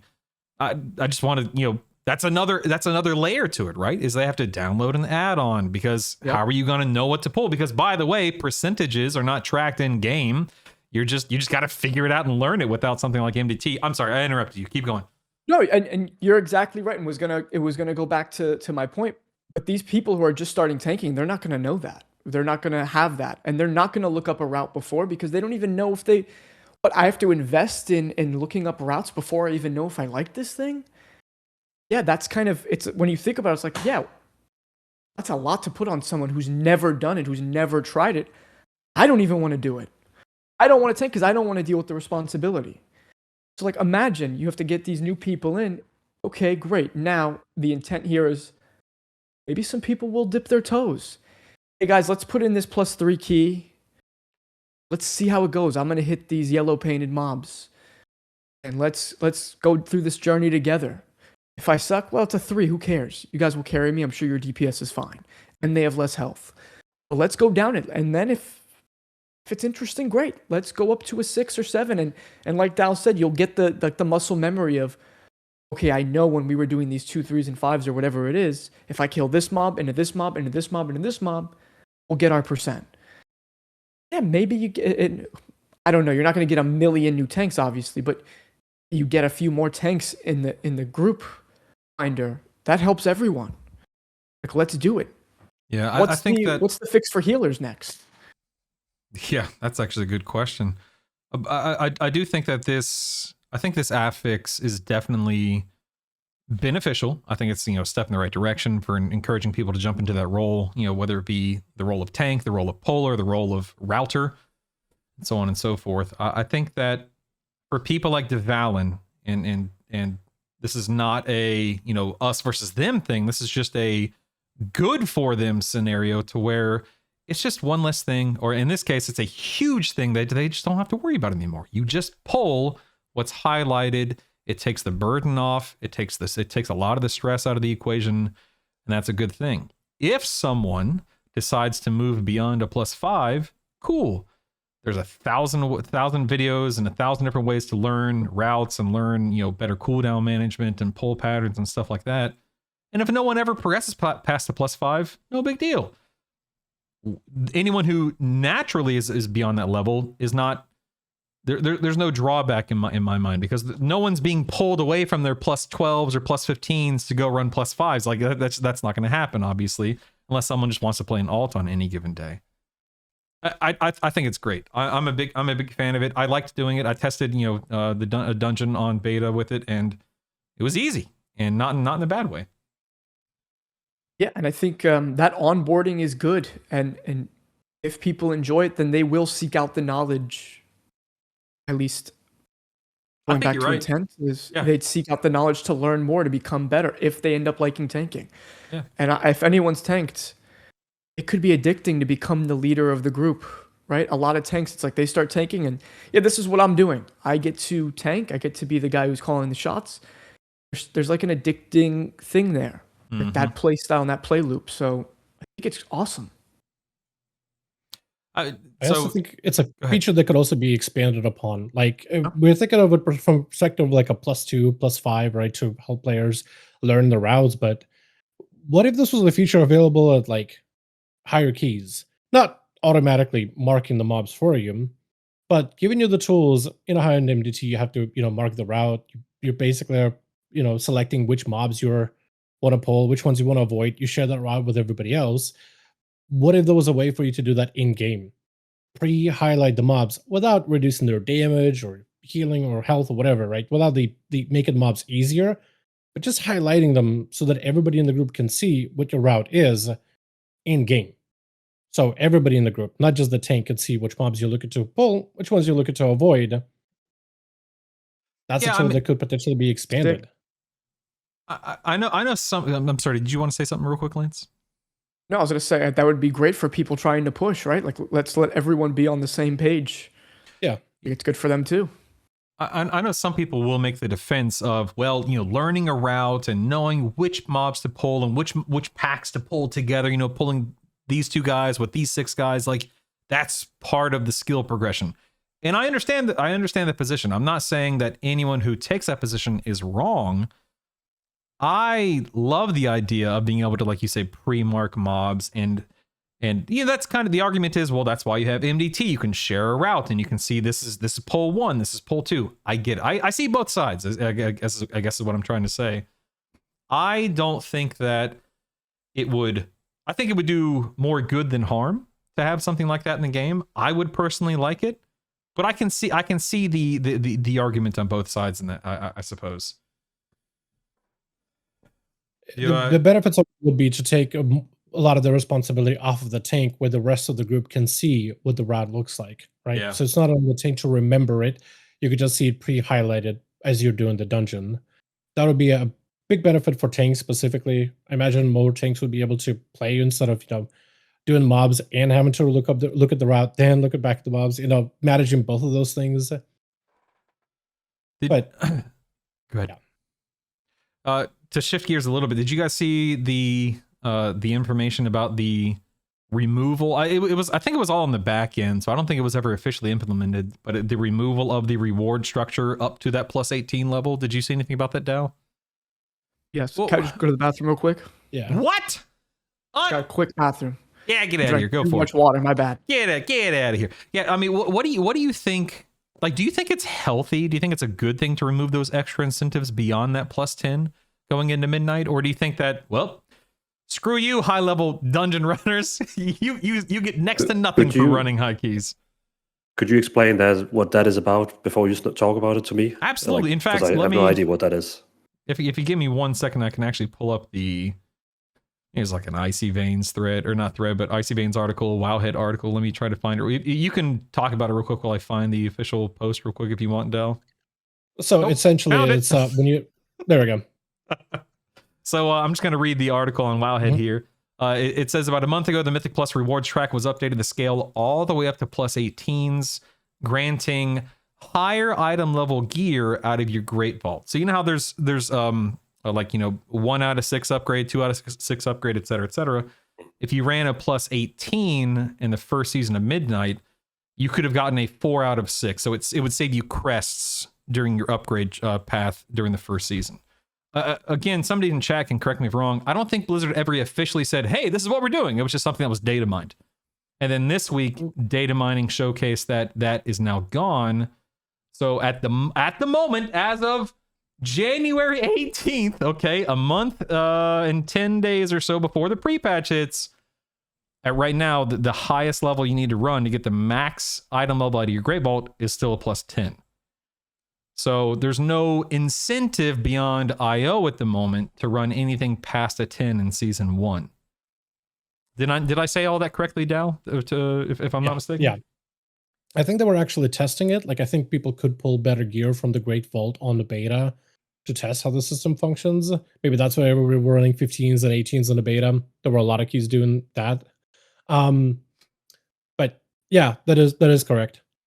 As for my take on that, I definitely think there's an appetite for players that do high-end content to get more rewards. And one of the easier way outside of like cosmetics would be better gear. That would be a reason beyond just make my numbies go up for a Mythic Plus score, and potentially title towards the tail end of a season. That would be the best way, the easiest way to like reward you for the time, the effort, for tackling difficult content. There is an appetite for stuff like this. Whether it is better gear, but also could have been things like cosmetics. I mean, they do KSM and then KSL mount as well. That is a good step in the right direction. But like, what if they did like an enchant at super high M+ score, kind of like PvPers have an enchant of their own, just a cosmetic thing. Maybe a unique armor set. That's a cosmetic one. But gear would be one of the easier way to just like directly reward for the effort of tackling difficult content. I think the reduction from an 18 down to a 10 is them trying to look at it's a couple of features. It's them trying to look at the ecosystem of every type of player, from casual, mid-tier, hardcore. And I think they're looking at it for a non-hardcore player, looking at a first week of Season 1 of Midnight. If you highest reward that you can get from M+ is a plus 10, that's kind of doable. You did a plus 6. You could do a plus 8, even though, maybe a couple of deaths here and there. But you think to yourself, I could probably do a plus 10 at least once a week. Maybe not time it, but at least get it down into my Great Vault, right? It's a bit more of an approachable, like, limit, right? But if you set it to an 18, I don't think a lot of those players that don't play within, like, high-end M+ers would feel that they would be like, that's doable. I feel like that would feel a little bit like a steep hill to climb. I think it's kind of like the best way. Like, I was thinking about it yesterday. Like, what is a really good way for like? I feel like it would create a situation where people probably would quit before they even get started, and it was just. It's kind of like if you got a good show or like an anime. Everybody says it's really, really good, but you're like, all right, I'll give it a go. Wait, it's 300 episodes? That's a lot. Yeah, I'm not even gonna get started. That's way too much commitment. I think So you're I right. think Plus 18s, I mean, early on in any season, let alone the first season of expansion, a plus 18, that's up there, man. Like, even for the best players, that's up there. And some people would do it. Some people would do it. It's an incentive. It's so good. Like, I think Blizzard is protecting the players from themselves by not, at this moment, not having that as a reward. Are people still going to push keys? Yes, of course. That's the nature of high level Mythic Plus. But I think that it's probably smart, at least early on, to be like, you know what? I think plus 10s, maybe plus 12. We'll see. I think that's definitely a healthier option. Lancer, Dvalin, did you guys have any opinion on that? You have one? Because I'm ready to go if you don't have one. I mean, I've never done more than 6, so let's just pass it on. Oh, as someone who will never do an 18, I think they should have it in the game. And real quick, we're not. You were gone because you were using the restroom. We're not talking about whether the key should exist. We're talking about the reward. I know. Okay. Yeah, okay. They should have that reward in the game. I saw this forum post. I think aspirational content is great. And I don't think, and I think it should be good to temper players' expectations. Why in the world does anyone think they should do an 18 in week 1 anyway? You don't need it. But it'd be cool for those people who can do 18s. Let them work towards it so they can get there. Not only that, the people who are good enough to get 18s, I feel like They deserve to be rewarded for doing so. I mean, this I don't want to cut you off. What did you? Was that the end of your?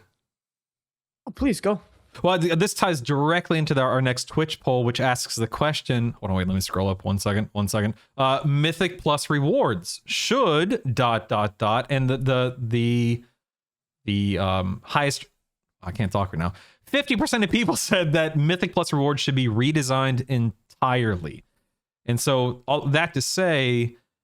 Yeah, what do you get for pushing keys right now other than score? I mean, you get the 0.1% title. You know, very, very, very few people get that, of course.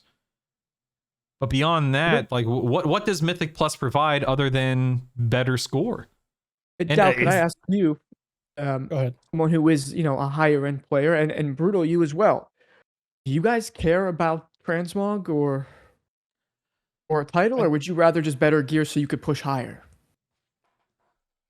I like transmog. I do. Go ahead. I was going to say like Mage Tower, right? Back in Legion, those weapons were pretty sick. Pretty sick. A PvP, you get like the elite version of weapons, the enchant, the set. I do. Yeah, if there's something that looks sick and it's locked behind difficult content, hell, even a mount, right? I will. Yeah, I do care about those things at the end of the day. Yeah, I mean, I like good transmog. I like fancy mounts, but I don't pursue those things at the moment. I know for me, again, I know I'm in the minority, or rather, I assume I am. I would love to see a system to where if I push a higher key, I get stronger, and if I push a higher key, I get something really cool, other than a title. I don't care about titles. Who cares about titles? Some people do, but yeah. I would like to see more. And we've heard this for years and years and years. Like, what does pushing Mythic Plus get you other than bragging rights and IO score and maybe a title if you're literally the best of the best? There's just not enough. There's not a lot. People still do it, but there's not a lot of incentive there, and there's not a lot of rewards there. But I don't make that. I don't design the game. What do I know? Well, and the reason I even asked that is I think most high-end players, and maybe I'm wrong, I don't know if they necessarily care so much about transmog. Or they do, but they definitely want to be able to feel like they're rewarded gear-wise so they could push even higher, right? And, man, it's stopping at plus 10 where it's like, I'm not very good. I could do a plus 10 pretty easy. It's almost like laughable. It's one of those things to where, of course, you can't infinitely reward players with better gear, because then that just throws everything off with Mythic rating and even Mythic Plus itself and whatnot. So like, where does the reward, like, where do rewards come from? Like, what do you reward players with? I mean, again, we have the title, we have him out with Keystone KSM, is that right? Keystone Master, is that what it's called? And Legend, that kind of stuff. But what else can you do? I mean, you look back at challenge modes and MOP with gear sets, the transmog like you're talking about. People love that. Why they don't continue doing that? I don't have an answer. But well, they should do stuff like that. But also, I think what they had in that plus 18, getting, what was it, 4 of 6 myth? Yeah. That's pretty awesome. Yeah, definitely saves you a lot of crests. Yeah, that's pretty cool. Like, I don't see the problem with that. And it's not like, yeah, you're gonna save crests, but they're not getting a forever advantage over people, especially with Turbo Boost, right? Once Turbo Boost is out, who cares? Let the people who could do it aspire to that. So all of this, and I don't want to cut anyone off. So does anyone want to chime in real quick? All right, so this does raise a larger question about how Blizzard wants people to engage with WoW long term, and not just week to week, season to season, great vault to great vault, but across the entire expansion. And like, from a seasonal reset standpoint, like, does that model resetting every season, does it foster engagement, or does it lead to long term exhaustion? Like, if you're running 18s week 1, are you still there week 20? Like, or are you taking a big break? Like, where does that kick in and come into play? Does anyone have an opinion on that or perspective? I think breaks are healthy. And I think a lot, I know some high level players where they like being able to complete and go, like, breathe a sigh of relief. Okay, I did it. like they have OCD and they got to complete their character and then they can go on their break and that's cool. Then you take a minute from WoW and then when you come back, you're revitalized, you're ready to go. There are also some people who they would like their trinket from the first raid of the expansion to be good the whole way through. Depends on who you're asking, I guess. But I know when a new season starts, everyone's coming back at the start, whether they like it or not. It's fun. You know, you're doing there, especially when there's like a preseason, you get to do your Mythic Zero World Tour or whatever it is, and everyone's hanging out, getting ready, and then you hit the ground running. What about you, Dvalin? Like, how do you fit into this question and this conundrum of, you know, being exhausted after weeks and months of running the same content over and over? Does that even afflict you, or are you kind of just like, I'm good, man. I've got 1,000 things I can do from where I sit? Yeah, I think I will go into that box saying I'm good, because I do a +5. I do some solo rated battlegrounds. Then I do a raid with the guild. Then I do some housing because now I want to build Goshire in my house. So I'm just like all over the game. So I don't care too much about one one mode. So I will do a +5 here and there, but that's all I'm gonna do. Yeah, so OMV from Twitch chat actually brings up a good point. I want to read this live. He says the people nutty enough to get an 18 done in the early weeks are not typically the same people you need to worry about retaining. I think that's a fair point, man. People, if they're gonna push that hard, that high, that early. I mean, kind of. I think it was someone said like those people are engaged at the top of the podcast, right? Like those people are in. Yeah. Sure. Does Blizzard want the PvE in game to be the focus of the game, or do you think at this stage, with, you know, the introduction of housing and, you know, everything else, I'm not going to list off 1,000 things, is PvE just part of the larger ecosystem at this point in time, and is that good for the game? Is that healthy for the game? I personally think that WoW is going the same way as Minecraft and Roblox, where they're trying to make games inside the game. So now you could literally play housing and not touch anything else. Of course, if you want this specific chair, you have to kill this specific boss. But it really feels like they're going the Roblox Minecraft way, where you have so many modes in the same game. They still want you to stay in there and pay your monthly sub, but it's a bigger, like, it's what you say, it's like a, yeah, it's a world. Like it's literally, in this case, the World of Warcraft. There are so many different, you know, avenues you can take to reach the end game of your choosing. Yeah, the same with Fortnite. It's a game you can play in so many ways, and now WoW is slowly getting there. Do you think it's taken this long because WoW is such an old game and it's been set in its ways for so long, and players have been set in their ways for so long? Or do you think it's just okay that it's taken this long, that, you know, it's better late than never kind of an approach? Better late than never. Because otherwise we would have been, what is it? I remember a while back, you know, there was only retail, there was no classic. The devs were asked, like, hey, would you ever do classic? And they said, you think you do, but you don't. Even though there was player appetite for things like that. And then eventually here we are. We have classic, we have retail. Hell, we have anniversary classic. We have Pandaria classic, right? We have retail, but then we also have multiple flavors of retail. There's the seasonal models like Plunderstorm. That's really fun. There's Remix, which I've been enjoying the hell out of. Then there's also seasonal content outside of that. I do think that they realize that just doing a seasonal thing for retail, it's exciting. New season, new class changes, a new meta, new dungeons, maybe a new affix, which is not as much right now. It's just Salatath affixes now, but previous expansions. Sometimes it's a fresh experience, and you have a season 3 like Dragonflight where a bunch of people are playing the living shit out of the game. It's a lot of fun. And then there's other seasons like season 1 War Within, which was a little slower, a little more less lively, and then people dooming about season 2, which ended up being much, much better. But you do have to, I think they realize that they have to expand on the ecosystem, because otherwise the game is just like, it's just series of menus, and then the world itself is just a backdrop. and I don't think anybody started playing this game playing it like a League of Legends, like you know what I mean, menu, just queued Yeah. into the next game, into the next mode. So with them adding things like warband, so the characters are part of like a shared experience, which they're not a separate experience that never have been.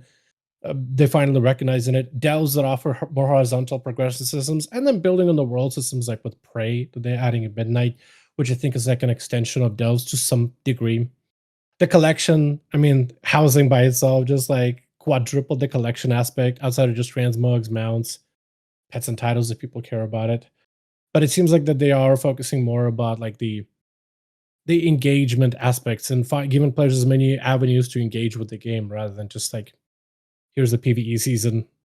See you guys next season. I mean, And I think it's been healthy. I would definitely agree. I mean, I think that I'm sure I've said this 4 times at this point in the podcast, but having options and having different areas that people can focus on instead of just Mythic Plus, PvP, raiding is good. It keeps people, from a business standpoint, keeps people subscribed, keeps the revenue flowing. Awesome. And then from a gameplay standpoint, not everyone wants to raid. Not everyone wants to do X, Y, and Z. Some people play this game to collect mounts. Some people play this game nowadays to build out their house. And that's fine. That's fantastic. There's no right or wrong way, of course. And so that raises the question, like, is Blizzard designing what they're doing right now with Midnight and this World Soul Saga, is that for us today? Or is that more for WoW's long-term survival, 5-10 years down the road? Is it both? What do you guys think? Yeah, I would say it's both. And I think there's something important to remember. And it's so easy to fall into your preferred end game in WoW, right? I'm sure everyone's busy. They log in. They're like, I don't want to waste time. I got to do what I got to do. And that's it. And at different like phases and chapters in my life of playing WoW, because I've been playing this game since I was like 6 years old. I don't even remember life without WoW. It's been different things for me. There's been times where even back in Kata or MOP, where the game it's been, I'm queuing BGs only all day, every day. That's it. That's my World of Warcraft, and I didn't think about anything else. There's been times where, maybe when I first got with my now wife, I had time to just do world quests, and I was just happy to be in Azeroth.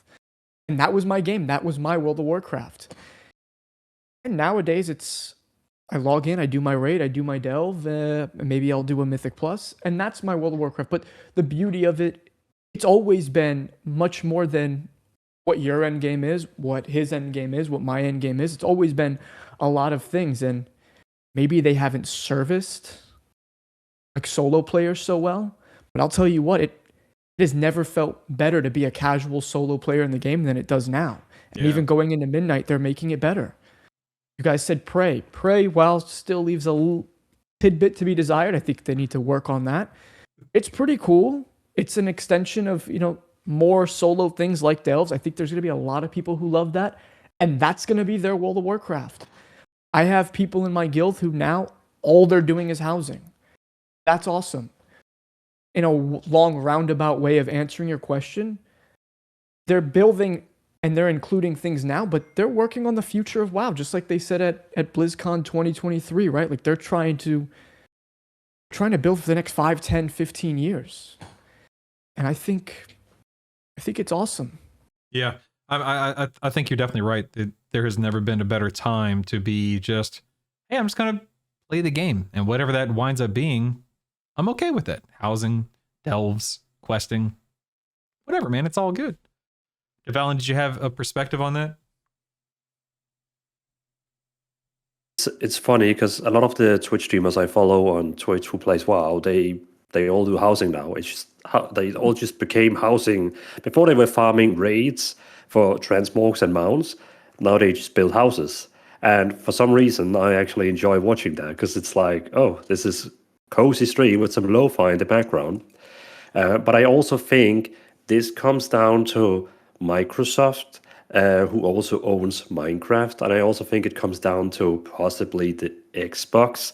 Because, I mean, what wouldn't be the best thing to have like a huge MMO with 20 different modes on your local Xbox?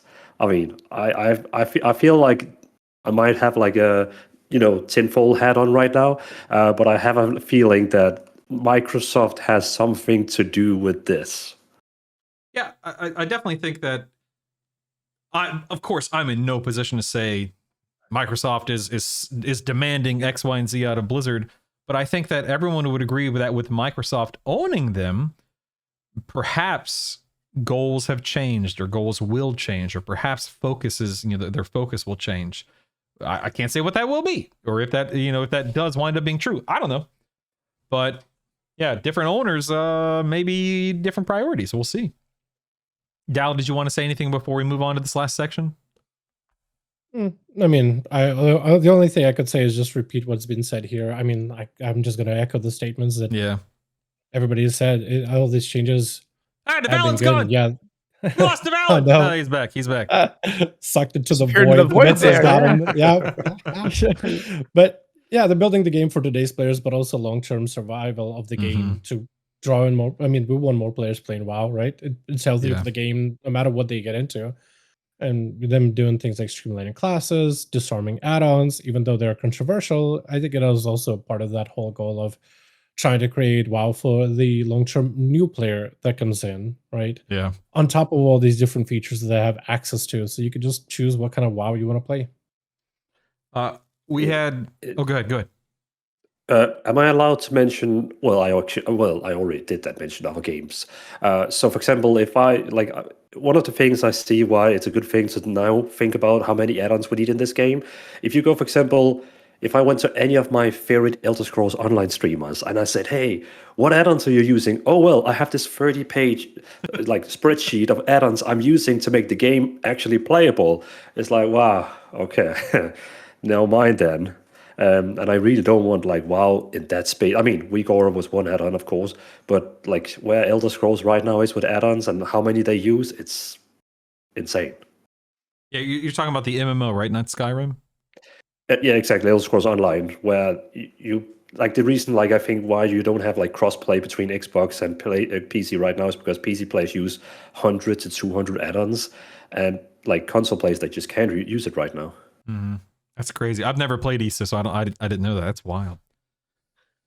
I think this is. Hold on, wait, real quick. Okay, the next poll question did ask the question of what keeps you logging into WoW long term. And by the way, those of you who are watching live, you can answer these by typing in the command poll. But the largest response was social and community reasons. And yeah, I mean, I think we've been talking about that a lot these past few minutes. Being able to log in and do what you want to do, hanging out with your friends, your guild, or doing your community raids, whatever the case may be.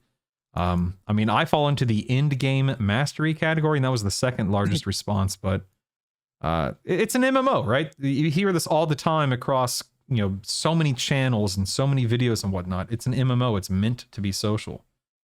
I'm not always the best at being social in an MMO. I'm very much a lone wolf, no pun intended, as a hunter.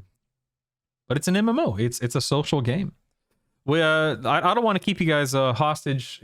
We're already at the hour 50 mark, but I do want to bring up one quick thing in this last discussion. If you have a few moments here, a survey circulated earlier this week showing Blizzard asking players about potential new specializations. Now, I listen. I can't verify this, but I'm pretty sure it's real based on what the thousands of comments have been saying, yeah, this is the launcher. Yeah, this is my launcher. Okay. So assuming it's real, which in this case it likely is, and for the sake of the conversation, of course, to me, the interesting part isn't the list of specs, but it's what this survey tells us about how Blizzard is thinking about the game right now and the direction they may be going with it in the future. So is this Blizzard exploring new long-term class identity, or are they looking for safer ways to experiment without committing to the reality of building out an entirely new class with multiple specs? Do you think this is a healthy way to... So say again? I just want to... Did all of you guys take the survey? I didn't get it. It's not on my launcher. I didn't find it. Well, it's off now. It was up Thursday, and I took it. Anyone else here? Might be a good idea to go over some of the different class spec ideas they had on there. Yeah. So if you played Season of Discovery, some of it will sound familiar. healer mage. There was also healer hunter. I saw that one. Tank shaman. What? Tank warlock. Hello. TBC called. Hello. Tank rogue. That was a big one. But there were, I think there was holy DPS paladin, holy DPS priest. No, I'm sorry. Paladin support, holy DPS priest. I mean, I don't want to sit there and list all of them, of course, but yeah, there were some wild ideas in there. But go ahead, Lance. From what I gathered taking it, it really felt like they threw the sod specs in there as like, yeah, we're gonna throw them in because you guys have seen these before. It really felt like they were trying to pitch new support specs. From my point of view, while taking it, it's like, oh, how do you feel about this support? How do you feel about this support? How do you feel about this? I don't know how you guys feel about AUG or how you feel about them adding more support specs, but that's the vibe I got while I was taking it. Like they're trying to float, all right, well, we're not getting rid of AUG as a support. How do you guys feel about us throwing in, more classes or specs to balance this thing against? I'm not sure if more support classes is good for the game. Augmentation is in a weird spot right now, from what I understand. I don't actually play it myself. It's not quite what it was when it launched in Dragonblight. Correct me if I'm wrong. No, it's not. I mean, but again, do you think this is a safe way, or is this kind of just like, what's the purpose behind designing the game like data this? To see how they feel, how people feel about them adding more support. Maybe I would say it's hard. It's so hard to balance AUG when you're balancing it against nothing else of its kind. That's fair. That's right? a good point. So yeah, obviously it's gonna throw a monkey wrench into everything because if it's good, it's the most valuable spec in the game, bar none, and nothing else comes close. And then if it's bad, it's useless. If you're playing it, you're a joke, right? But if they start adding other support specs into the game, it allows them to balance around it. Maybe they add a 6-man to a dungeon group, or maybe the way you make dungeon comps changes. That's a hot take. What is this, EverQuest? I'm not saying. Get out here. No, I'm not saying what to do. I'm just saying. What is this, EverQuest? Jeez. By the way, EverQuest YouTube. I've never even played EverQuest. I watch so much EverQuest YouTube, it's insane. But you and me both, baby. You and me both. It's so hard. Like, how do you balance AUG when there's nothing else to balance it around? If you had these other specs, who knows, maybe you keep it 5-man dungeon, but now it's 2 DPS, a support, healer, tank. Right? It'd be interesting to see what a WoW with more support looks like. What do you think, Dvalin? Well, I like the idea of them adding actually new specs because, I mean, we still have, for example, we had Demon Hunter, but it was 2 specs, right? Yeah, it was only 2 specs, and now it's 3. And I feel like, we have Druid with 4. Why can't the others have 4? Like Hunters, they need the Bard. We need a Bard in the game, which could also be a support class. So I feel like this is the right take to add more specs into the game and not new classes. Even though I know some people would like new classes, but that would just add more transmogs they had to create for all the classes and so on and so on. But personally, I've never played augmentation. I'm really scared of even thinking about that one. Did you say the magic word bard? Is that what you said? Yeah. I have been praying for a bard in the game for so long time. You want it to be a hunter spec? We just keep talking about EverQuest. I'm here for it, man. I'm here for it. That's what I By the way, in if they made EverQuest. Bard, I'm maining Bard no matter what if it comes out. Holy moly! But I wouldn't want it as a hunter spec. I mean, what do you think, Dal? What do you think, Dal? And from a high level position. I mean, I like the idea of them potentially adding new specs, if not a brand new class to the game. I think the classes we have right now, there's a lot of different fantasies that could still be fulfilled with more playstyle options. Plus, you'll be given some of the specs that are purely DPS, like a hunter or rogue, another role to dive into. So when it comes to group, LFG, finding groups for things, there's at least a little bit of flexibility there. And I don't think having classes given more flexibility is bad. Plus, I mean, Blizzard, when it comes to designing, made Evoker, cool new playstyles, and then they made a buff spec, and they've never done it before. I love the fact that they're trying to be creative. I like the fact that they're trying new things. Anytime they come up with a new class, like whole roster of classic classes, and then you drop a Death Knight, and it fits that Arthas fantasy. It is powerful. Some people would say at the time was too powerful, but it was really, really good. Demon Hunter in Legion, it is so fast paced. It feels like you're playing it an action game rather than WoW tap targeting type of game, right? Yeah. They're doing something different, something new, and Og was a really, really wild one. I do agree. It being the only support spec, it's so impossible to balance it. And somebody in chat says, Carbon, I think, said they are terrible at balancing this thing. Ever since I dropped it, it's been better until they just had to rip its wings off for one season and war with it, just so they could be variety. Like it was so they had to go so heavy with nerves, just so there was more flexibility in types of comps you could play in M+. It's crazy. So maybe they add more support specs in, more specs for other classes. There's a lot of fantasy that they could fulfill and expand upon, because I think classes in WoW are really, really cool, but there's all these different archetypes or whatever that you can create out of it. And I feel like they have creativity behind them between Devourer, Demon Hunter, and Og Evoker, and all the other classes they created. I still feel like there's a lot of creative room to grow what we know is a hunter, a mage, a rogue, or a warlock. And plus, SOD did it pretty good. SOD did it pretty good. If anybody played SOD, a tank Demon Hunter was sick. Of course, they're the ones that had metamorphosis, right? You can't give them back metamorphosis, I don't think, but... You said tank Demon Hunter, but you mean tank Warlock, correct?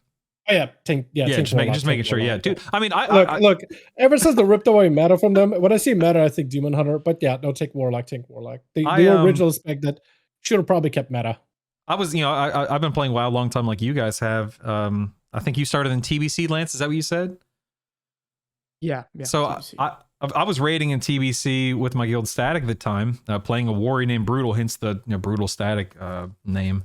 And I remember, King Malgar, you had, I think it was a Frost, not a Frost tank, a mage tank, and then you had Kael'thas that had a Warlock tank. And like the people in your raid, the Warlocks would tank a mob, mage would tank a mob. I loved that back in the day. And of course, we lost that after a certain point in time. We used to have people who would kite mobs, like DKs would kite mobs during Kata and stuff like that. Brewmaster monks kiting mobs on, Garrosh back in the day, kiting iron stars.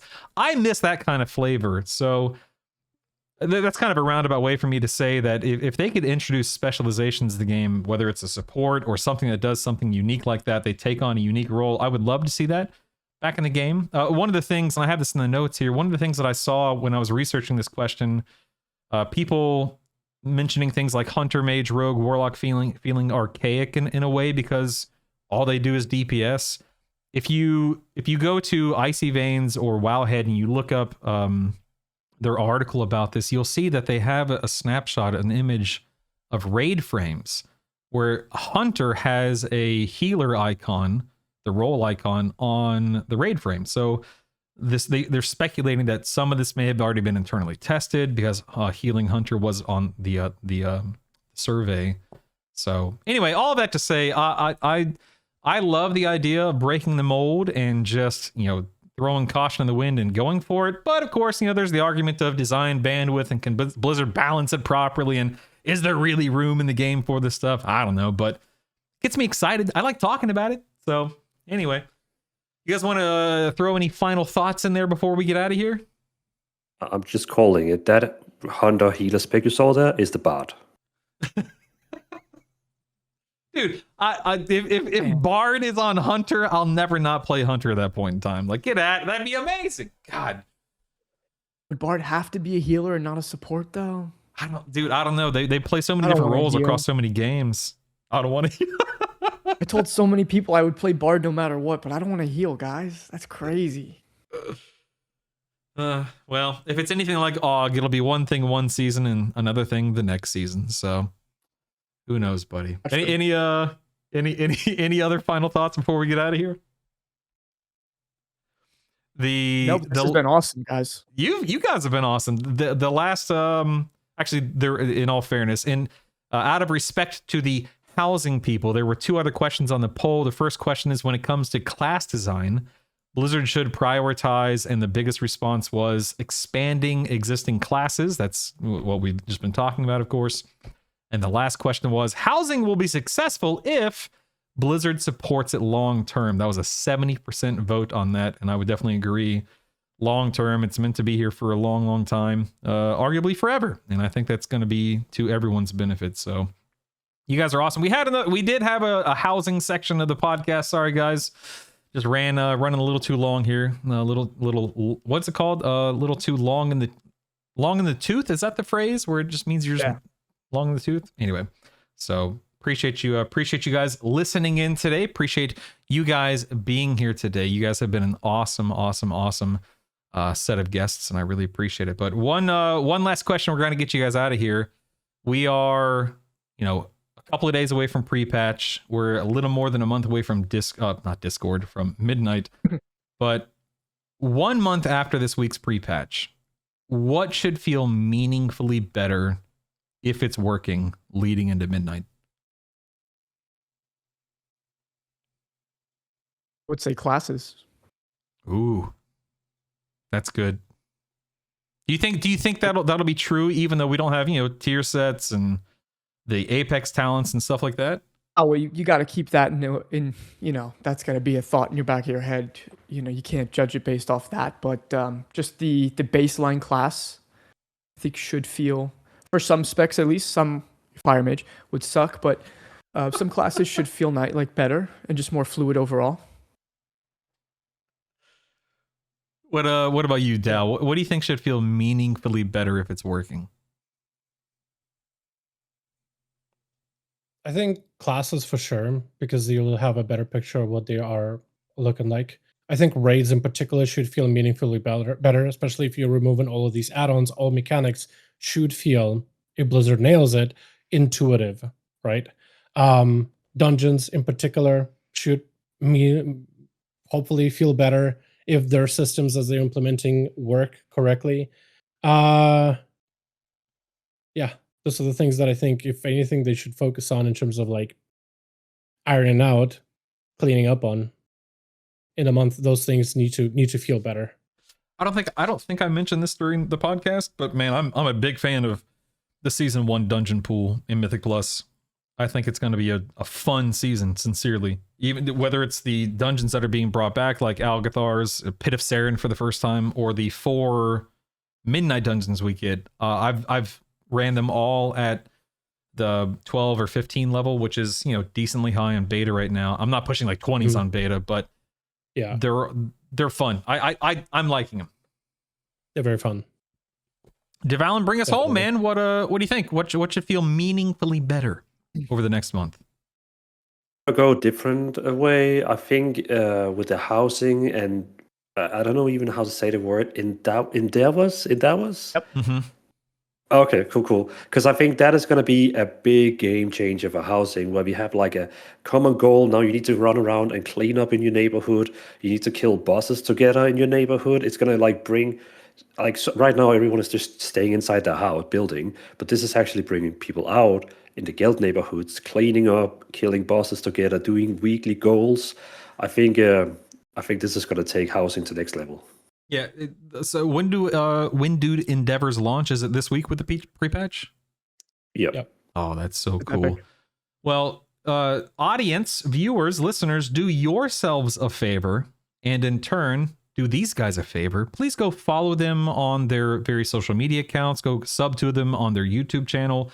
Get plugged into their communities and participate in their charter neighborhoods or wherever they might be building. Run their endeavors, have fun with them, spend some time with them, listen to them and whatnot. That's why they're here, is to make sure that you guys know they exist, and to hopefully you can have a good time with them when they stream, when they make content and whatnot. But you guys are awesome. Thank you 3 for being here today. I mean that sincerely. Real quick, anyone who's been listening or watching this, if you disagree with anything we've said, if you agree with it, whatever it may be, drop a comment below, engage with the video. It would be greatly appreciated. It would help us out, or help me out tremendously. But gentlemen, you're awesome. Can we go around one time real quick? Dal, we'll start with you. Where can people find you, and why should they care? YouTube. I stream there. I post videos there. That's really about it. Or if you want some just regular random updates, or next time I steal another time-lapse project, there's always my Twitter/X account, whatever you call it. I call it Twitter. I do too. But Yeah, that's if you just want to keep up with anything regular happening when it comes to midnight, when it comes to pre-patch, I'll be putting out content. If you want guides for outlaw, assassination, subtlety, I'll definitely be doing those for midnight, as that'll be my main still going forward, still sticking strong with it, and actually excited about that class. So yeah, Good, man. welcoming community, or join us for 5 one of my duels. Those are actually really fun. Yeah, go check out his channel. He's got a lot of fun stuff on there. I saw your time lost proto drag video. Yeah, That's it was awesome. good, memorable. I'm gonna remember that mount for the rest of my life. Forever. Dvalin, same question, man. Where can people find you, and why should they care? Well, if you want the most casual, friendly content for World of Warcraft, then you should definitely find me on YouTube, making the most casual builds. Like, it's gonna make the pro players cringe when they see my content. But if you're a casual gamer, you're probably gonna enjoy it. Hey, you outnumber us like 10-1. There's no cringe, buddy. It's all good, man. And then I also really enjoy making recently, what do you call it, machinima. Yeah, I really super awesome. enjoy making that right now on my Instagram. So yeah, it's the same handle as you can see right now here. But yeah, casual content and machinima. That's so cool, man. I didn't know that. I'll check that out. I didn't know you were doing that. That's so cool. Lance, thank you for being here, man. I really appreciate it. You run an awesome show week to week. Please let people know. I mean, I literally just said who you were, but let people know who you are and why they should care. I'm Lance, one half of the Comeback Kids. Whether I'm the better half or the worst, that's up to you, I guess. Hey, you're the half that's here, baby. Yeah, we're the half that made it, but we are on the Comeback Kids on YouTube, Comeback Kids Official on Instagram. A couple of things I did want to bring up just before we get out. Dal, I watch your 5v5 1v1 duels a lot when I'm eating lunch. So thank you for doing those for years. Love that. I just want to ask, is anyone going to BlizzCon here? Any of us here? No, not this year. No? Well, then I won't be able to shake any of your guys' hands, but it's nice to ask, right? Someday. I'll be Brutall, watching. thank you. I want to thank you so much, man. I've really enjoyed watching all of these episodes of this podcast. And I watch everyone's content. I'm a avid just World of Warcraft content fiend. Whenever I have free time, I'm popping it in. So I thank all of you guys. But Brutall, man, this podcast has been awesome. I hope to see you continue to grow. And I'm very excited for you, your future of this podcast. It's awesome, man. Thanks, man. I'll be begging you to come back on later this year. I promise. That's true for all of you guys, by the way. Well, it's been a pleasure either way, and I appreciate everyone here. Thank you guys so much. Yeah, man. You guys are awesome. Give yourselves a round of applause. Make sure you guys go follow these guys. I'm gonna get them out of here. I think this is the longest show by 3 minutes so far. So you broke the record, gentlemen. Way to go. Dvalin, it's late where you are. You need to go to bed, sir. It's 12 a.m. No, I appreciate you guys. We will see you guys, or I'll see you guys next week. I keep saying this week to week. I don't have the guest set in stone for next week, but it'll be a good show nonetheless. But get out of here, gentlemen. Thank you again. Round of applause. And we'll see you next time. My name's Brutall. Thanks for watching, and have a good one. Oh, and have fun at pre-patch. Enjoy your Tuesday doing whatever it is you're doing, because it probably won't be wow. That's a wrap on episode 11. Man, what more is there to say? Those guys did an amazing job. I love the fact that we got to hear perspective and opinion on things from people who play the game so differently from one another.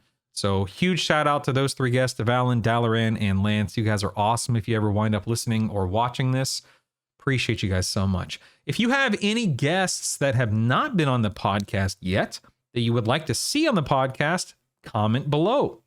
As I mentioned, I think if I'm remembering correctly, because of course I'm recording this after the episode finished airing, if you have anything that you disagree with, agree with, if you just want to comment on something that was said, comment below. Engagement is great. My name is BrutallStatic. Please go subscribe to me here on YouTube, follow me on Twitch, get plugged in. Pre-patch is a couple of days away, like we've established in this episode. We've got a lot to look forward to in about a month's time, and I would love it if you were a part of the experience. Appreciate you guys listening to these shows and watching these shows, And again, with all that's been said across all of these episodes, it's been a lot of fun for me. So thank you so much. I will see you next week, episode 12. Still don't have a guest to announce yet, but I will announce them on my Twitter. Hey, it's another place you can follow me. Go follow me on Twitter. But yeah, I'll announce them on Twitter and my Discord in the next day or two. So go follow me everywhere. BrutallStatic. It's literally BrutallStatic everywhere. So appreciate you guys. Love you guys. I'll see you on the next one. Until then.